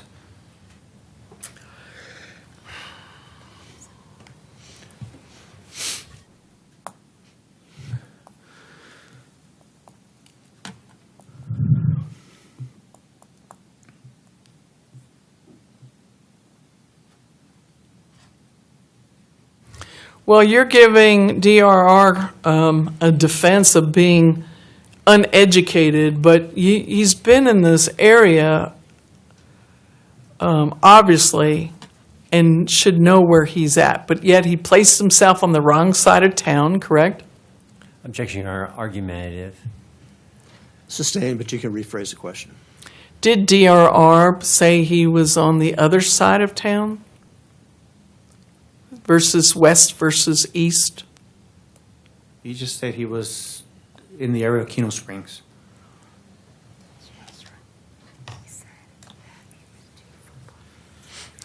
What about the fact that we all got to see the wall, and he said he was about 2 football fields away?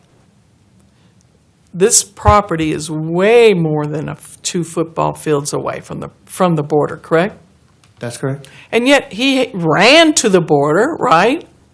Yes. He got away, apparently, according to his story, correct? That's correct.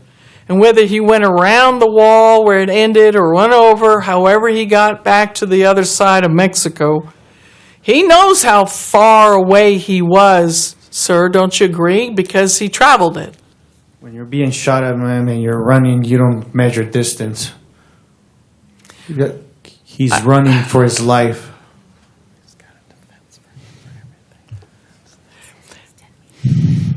And he also said he was 10 meters away from the house.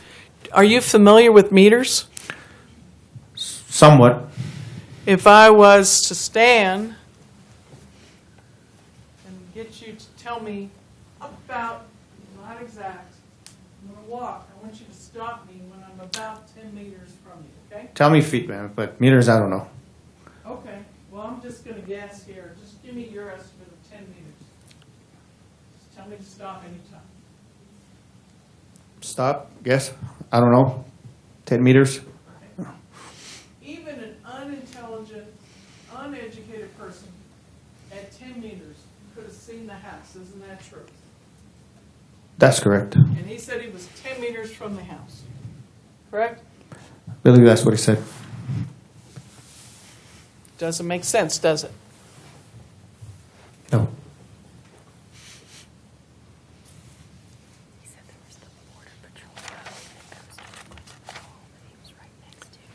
He also said that there was a border patrol road that goes directly to the border, right there by the house, and that's not true, huh? There are some roads. Well, we traveled probably the most concise road to get to the wall from Mr. Kelly's location, and you had to leave his property, go back out to the street, and go down a ways and take a different road to get there. Isn't that true? We took the safest road out there with the jurors. That's the safest road we could take. But there is more roads out there. Is any of those on Alan's property? Not directly on the property. Is any of them near where the body was found? No, ma'am.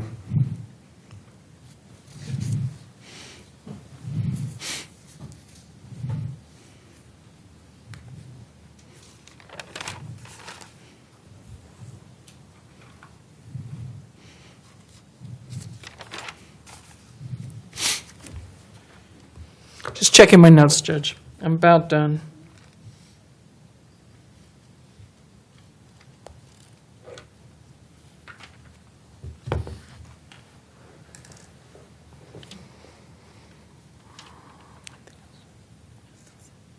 I'll pass the witness.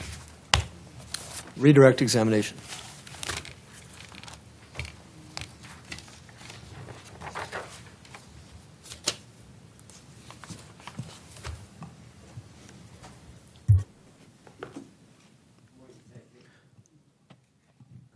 Good morning, Detective. Morning, sir.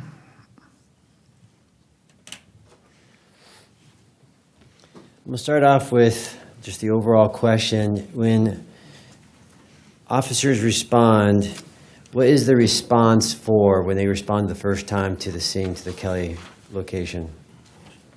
What is the response? What's the purpose of the response? Do you know? Preservation of life. What's going on? Active shooter. Active shooter. That's correct. In your investigation, and you sat here in trial, heard all the evidence, Yes, sir. how many shooters are there in this case? One. And who's that shooter? Mr. Kelly himself. Your Honor, I'm going to object to foundation. He wasn't there. Well, it's his opinion, right? Yes, You're asking his opinion? correct, Your Honor. Overruled. I mean, there have been a lot of questions by both sides with this witness and others about what their opinion is, and based upon hypothetical facts and established facts. So he's previously given his opinion in cross-examination, so this is allowed. And this is in no particular order, just based upon my notes. I'm going to show you what I believe has been entered as Defense Exhibit JJJ. Can I have a, let me just take your copy over there. You have JJJ? Or do you have JJJ? You're going to make me look for it with no warning. I'll move on as counsel looks for JJJ. Thank you. Detective, you're the lead detective in this case, Yes, I am, sir. and as lead detective, you did the search warrants. Yes, I did. What's the standard of proof for the search warrants? Probable cause.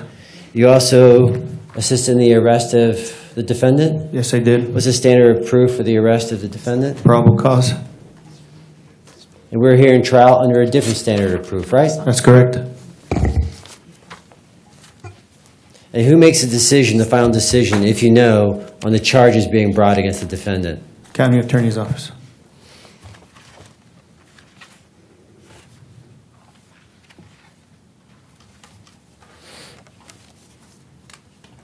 And counsel, I'm also looking for the photos. Is it TT? So JJJ and TT. 3 J's or 2? 3, I think. 3 J's and 2 T's. Let's talk about like I said, this is no particular order because I'm just going to cover some stuff. Let's talk about the measurements of the casings found on scene. You remember the cross-examination questions pertaining to whether or not you measured between shell casing to shell casing That's correct. or shell casing to a fixed object? That's correct. And you are also cross-examined on forensic expert from DPS Labs, Brudenell.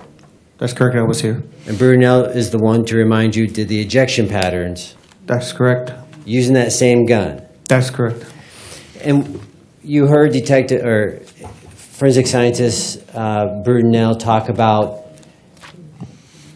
if you were to shoot 10 rounds 50 times, would you have the same exact ejection pattern laid out on the ground?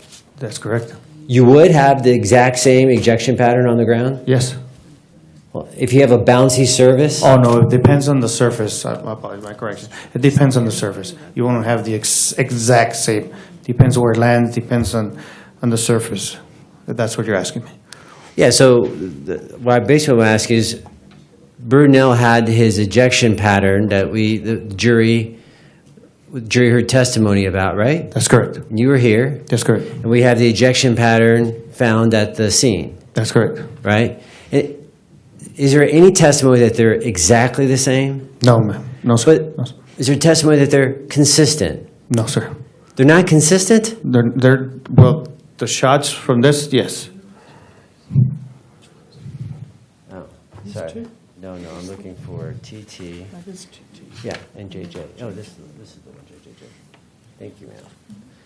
I'm going to go back to,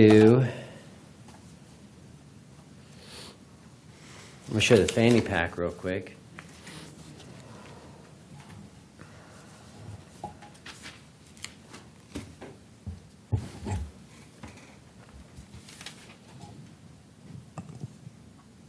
You remember the cross-examination questions regarding the fanny pack and the backpack? Yes, sir. Do you recall the examination questions pertaining to, I'm going to show Defense Exhibit TT, which has been admitted. And I'm looking at image 1, 2, 3. Image on page 3. Permission to publish it. That's the fanny pack, right? Yes, sir. And that's the one where defense counsel asked you about the buckle? That's correct. We see the buckle on that page, right? That's correct. Besides being possibly pulled and ripped, in your opinion, could the buckle have been broken when the victim fell to the ground after being shot? Yes. And also, too, there were some questions about looking at the photo, and the jury's got the actual fanny pack and evidence if they want to look at the actual item. But on that photo, do you see any blood on that? No.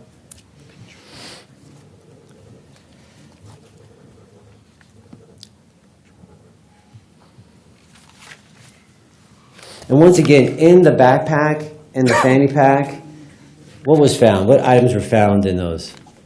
Items of clothing and food. Also water? It was water inside. Yes, it was about water inside. And since we're still on this, I want to ask you, who was the first one to find the body? The first person to find this body? Mr. Kelly. Mr. Kelly. And we've heard testimony that Mr. Kelly has 2 labs, right? That's correct.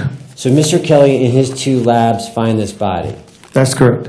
In your opinion, could Mr. Kelly and the 2 labs have contaminated this scene? That's correct.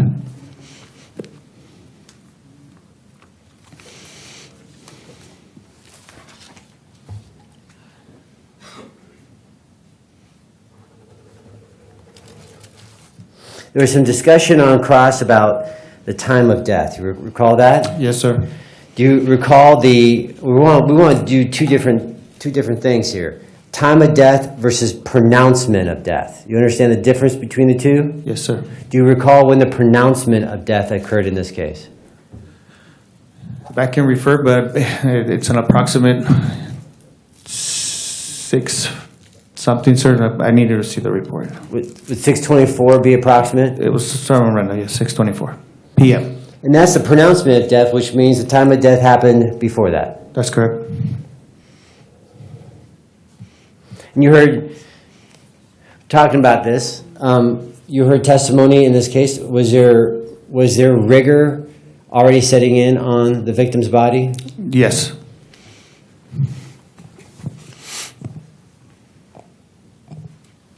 You heard cross-examination question about the victim's position when found.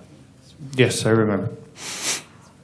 Again, can you show the jury by physically standing up and showing us how the victim, when rolled over, how he was found?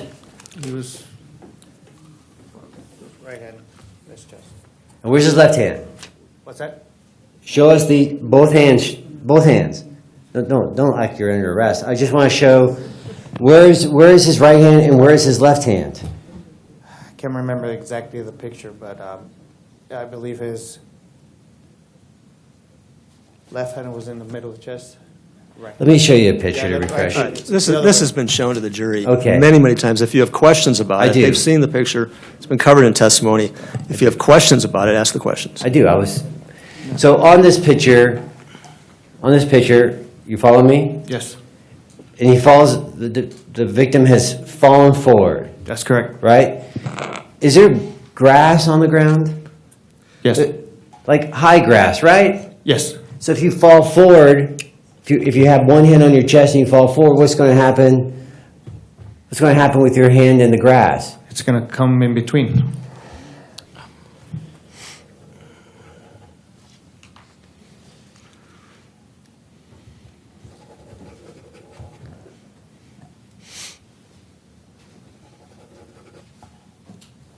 And do you have any information whatsoever that the marksmanship or the ability of the defendant to shoot correctly or accurately, do you have any information whatsoever? None whatsoever.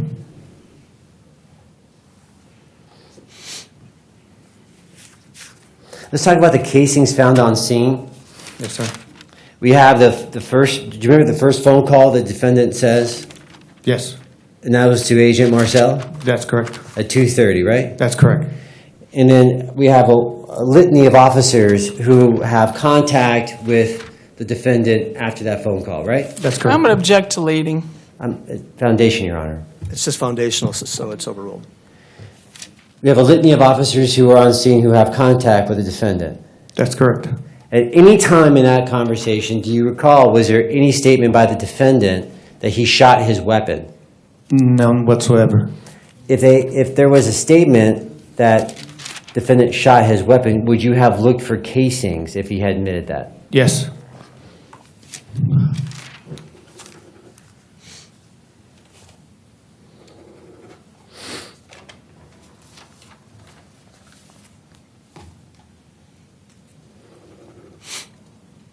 As far as the pine trees go, do you recall when Daniel said when he saw the pine trees?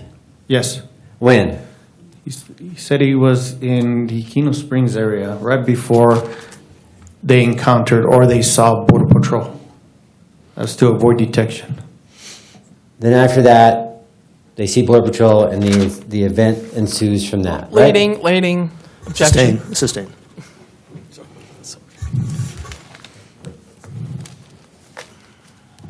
I want to show you that we're going to go into the transcript real quick.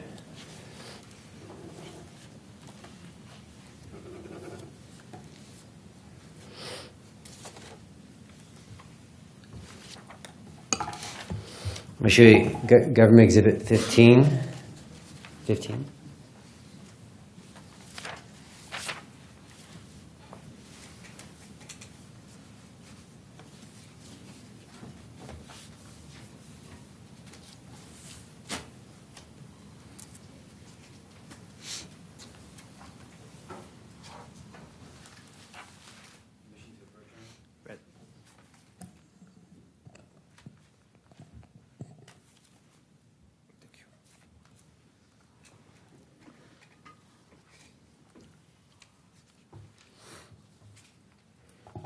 You recognize Government Exhibit 15? Yes. Is that omitted? No, it's used for demonstrative purposes. It's the interview transcript. Thank you. I'm going to have you turn to page 29 for me. I'm there. You're there? We're going to look at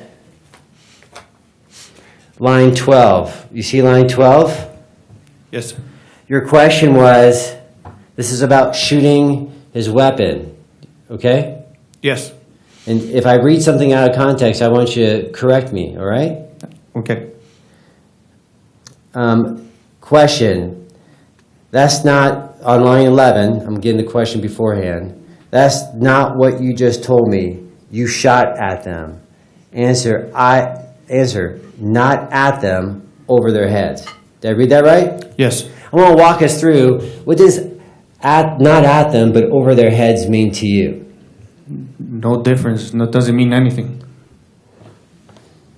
I'm going to show you, turn to page 31 for me. And this is 30 minutes into the interview, right? Yes, sir. 31, line 11. You asked a question, a follow-up question. On line 11, 150 yards away from you, question. Answer, 100 to 150. I didn't measure the distance. Did I read that right? Yes. So he's putting the victim, do you know how far the victim is found in this case? Approximately 116 yards.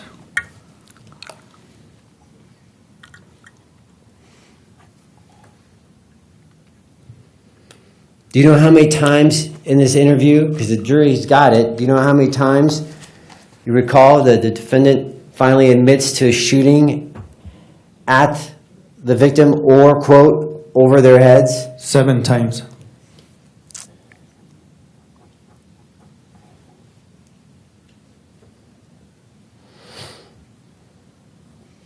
Let's talk about Daniel's, before I move on, I want to talk about Defense Exhibit JJJ. These are the call detail reports. I think they've been admitted, JJJ. Yes. Oh, yeah, that was it.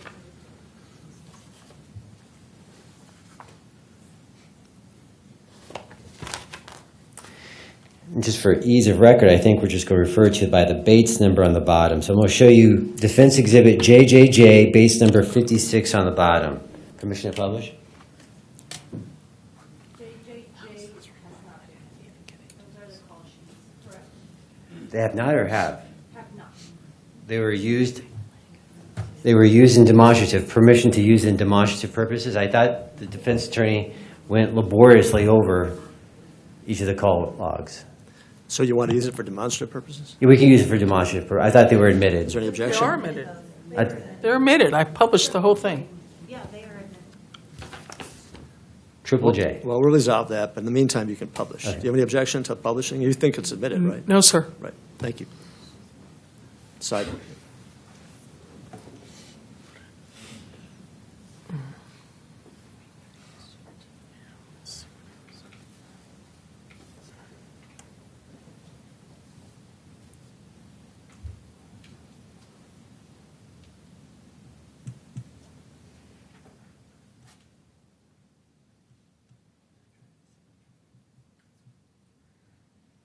Look at the bottom of that screen.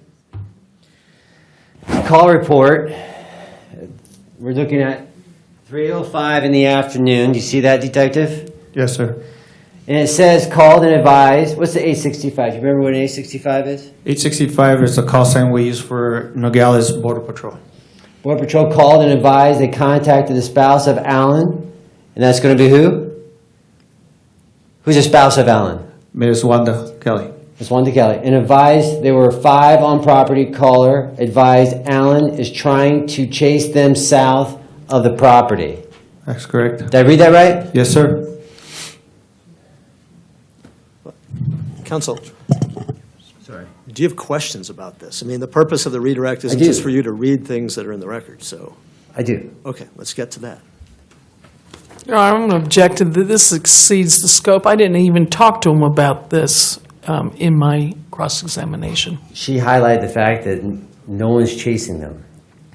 Well, there was cross-examination about misinterpretation of the calls, but let's ask your question, and if you have another objection to the question, I'll rule on the objection. Detective, did you have information pertaining to that report before you interviewed the defendant? Yes.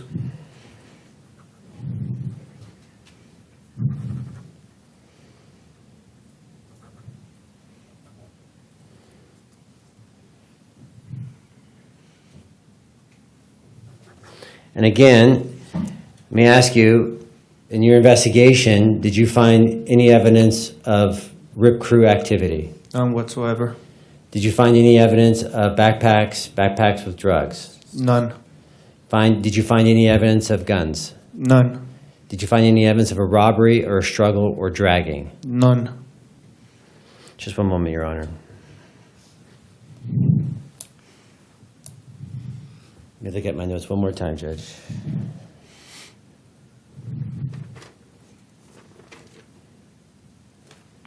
That's all the questions I have, Your Honor. All right, thank you, Mr. Jetty. Ladies and gentlemen of the jury, any questions for this witness from any members of the jury?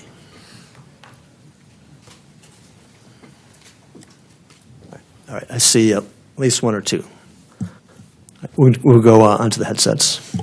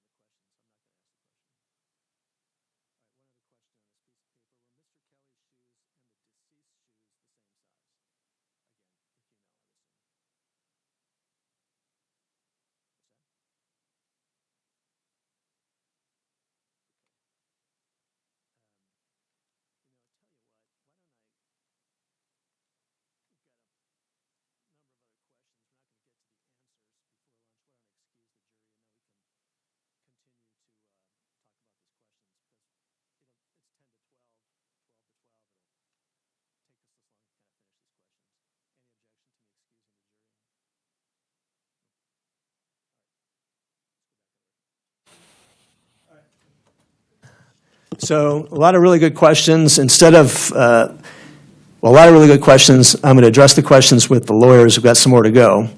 It's probably going to take a few minutes to get us right up to the lunch hour, so we're not going to get your questions answered before the lunch hour. So what I'm going to do right now is excuse you for the lunch hour. I'll stay here with the lawyers. We'll work through your questions and whether or not we should answer or not. And then when you come back after lunch, we'll ask the questions of the witness, all right? So we'll get you out here a little early for lunch because we're not going to be able to get to these questions before noon anyway. I'm going to excuse the jury, and I'll stay here with counsel. Be back at 1:30. Thank you. Yes, in the jury room. Thank you. Please rise and give the floor.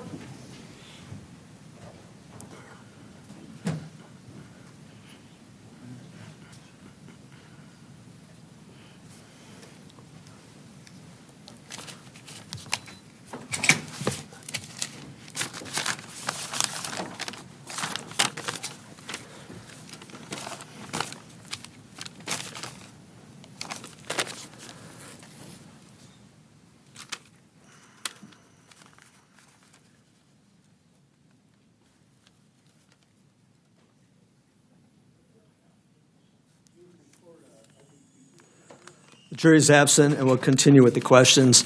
Does counsel want to do this at a bench conference or an open court? Any preference? No preference, Your Honor. I'll defer to you, Judge. All right, let's get it. Let's do it as a bench conference. It's usually done up here at a sidebar at a bench conference out of the hearing of the public and the jury. So that's the way we'll do it here. All right.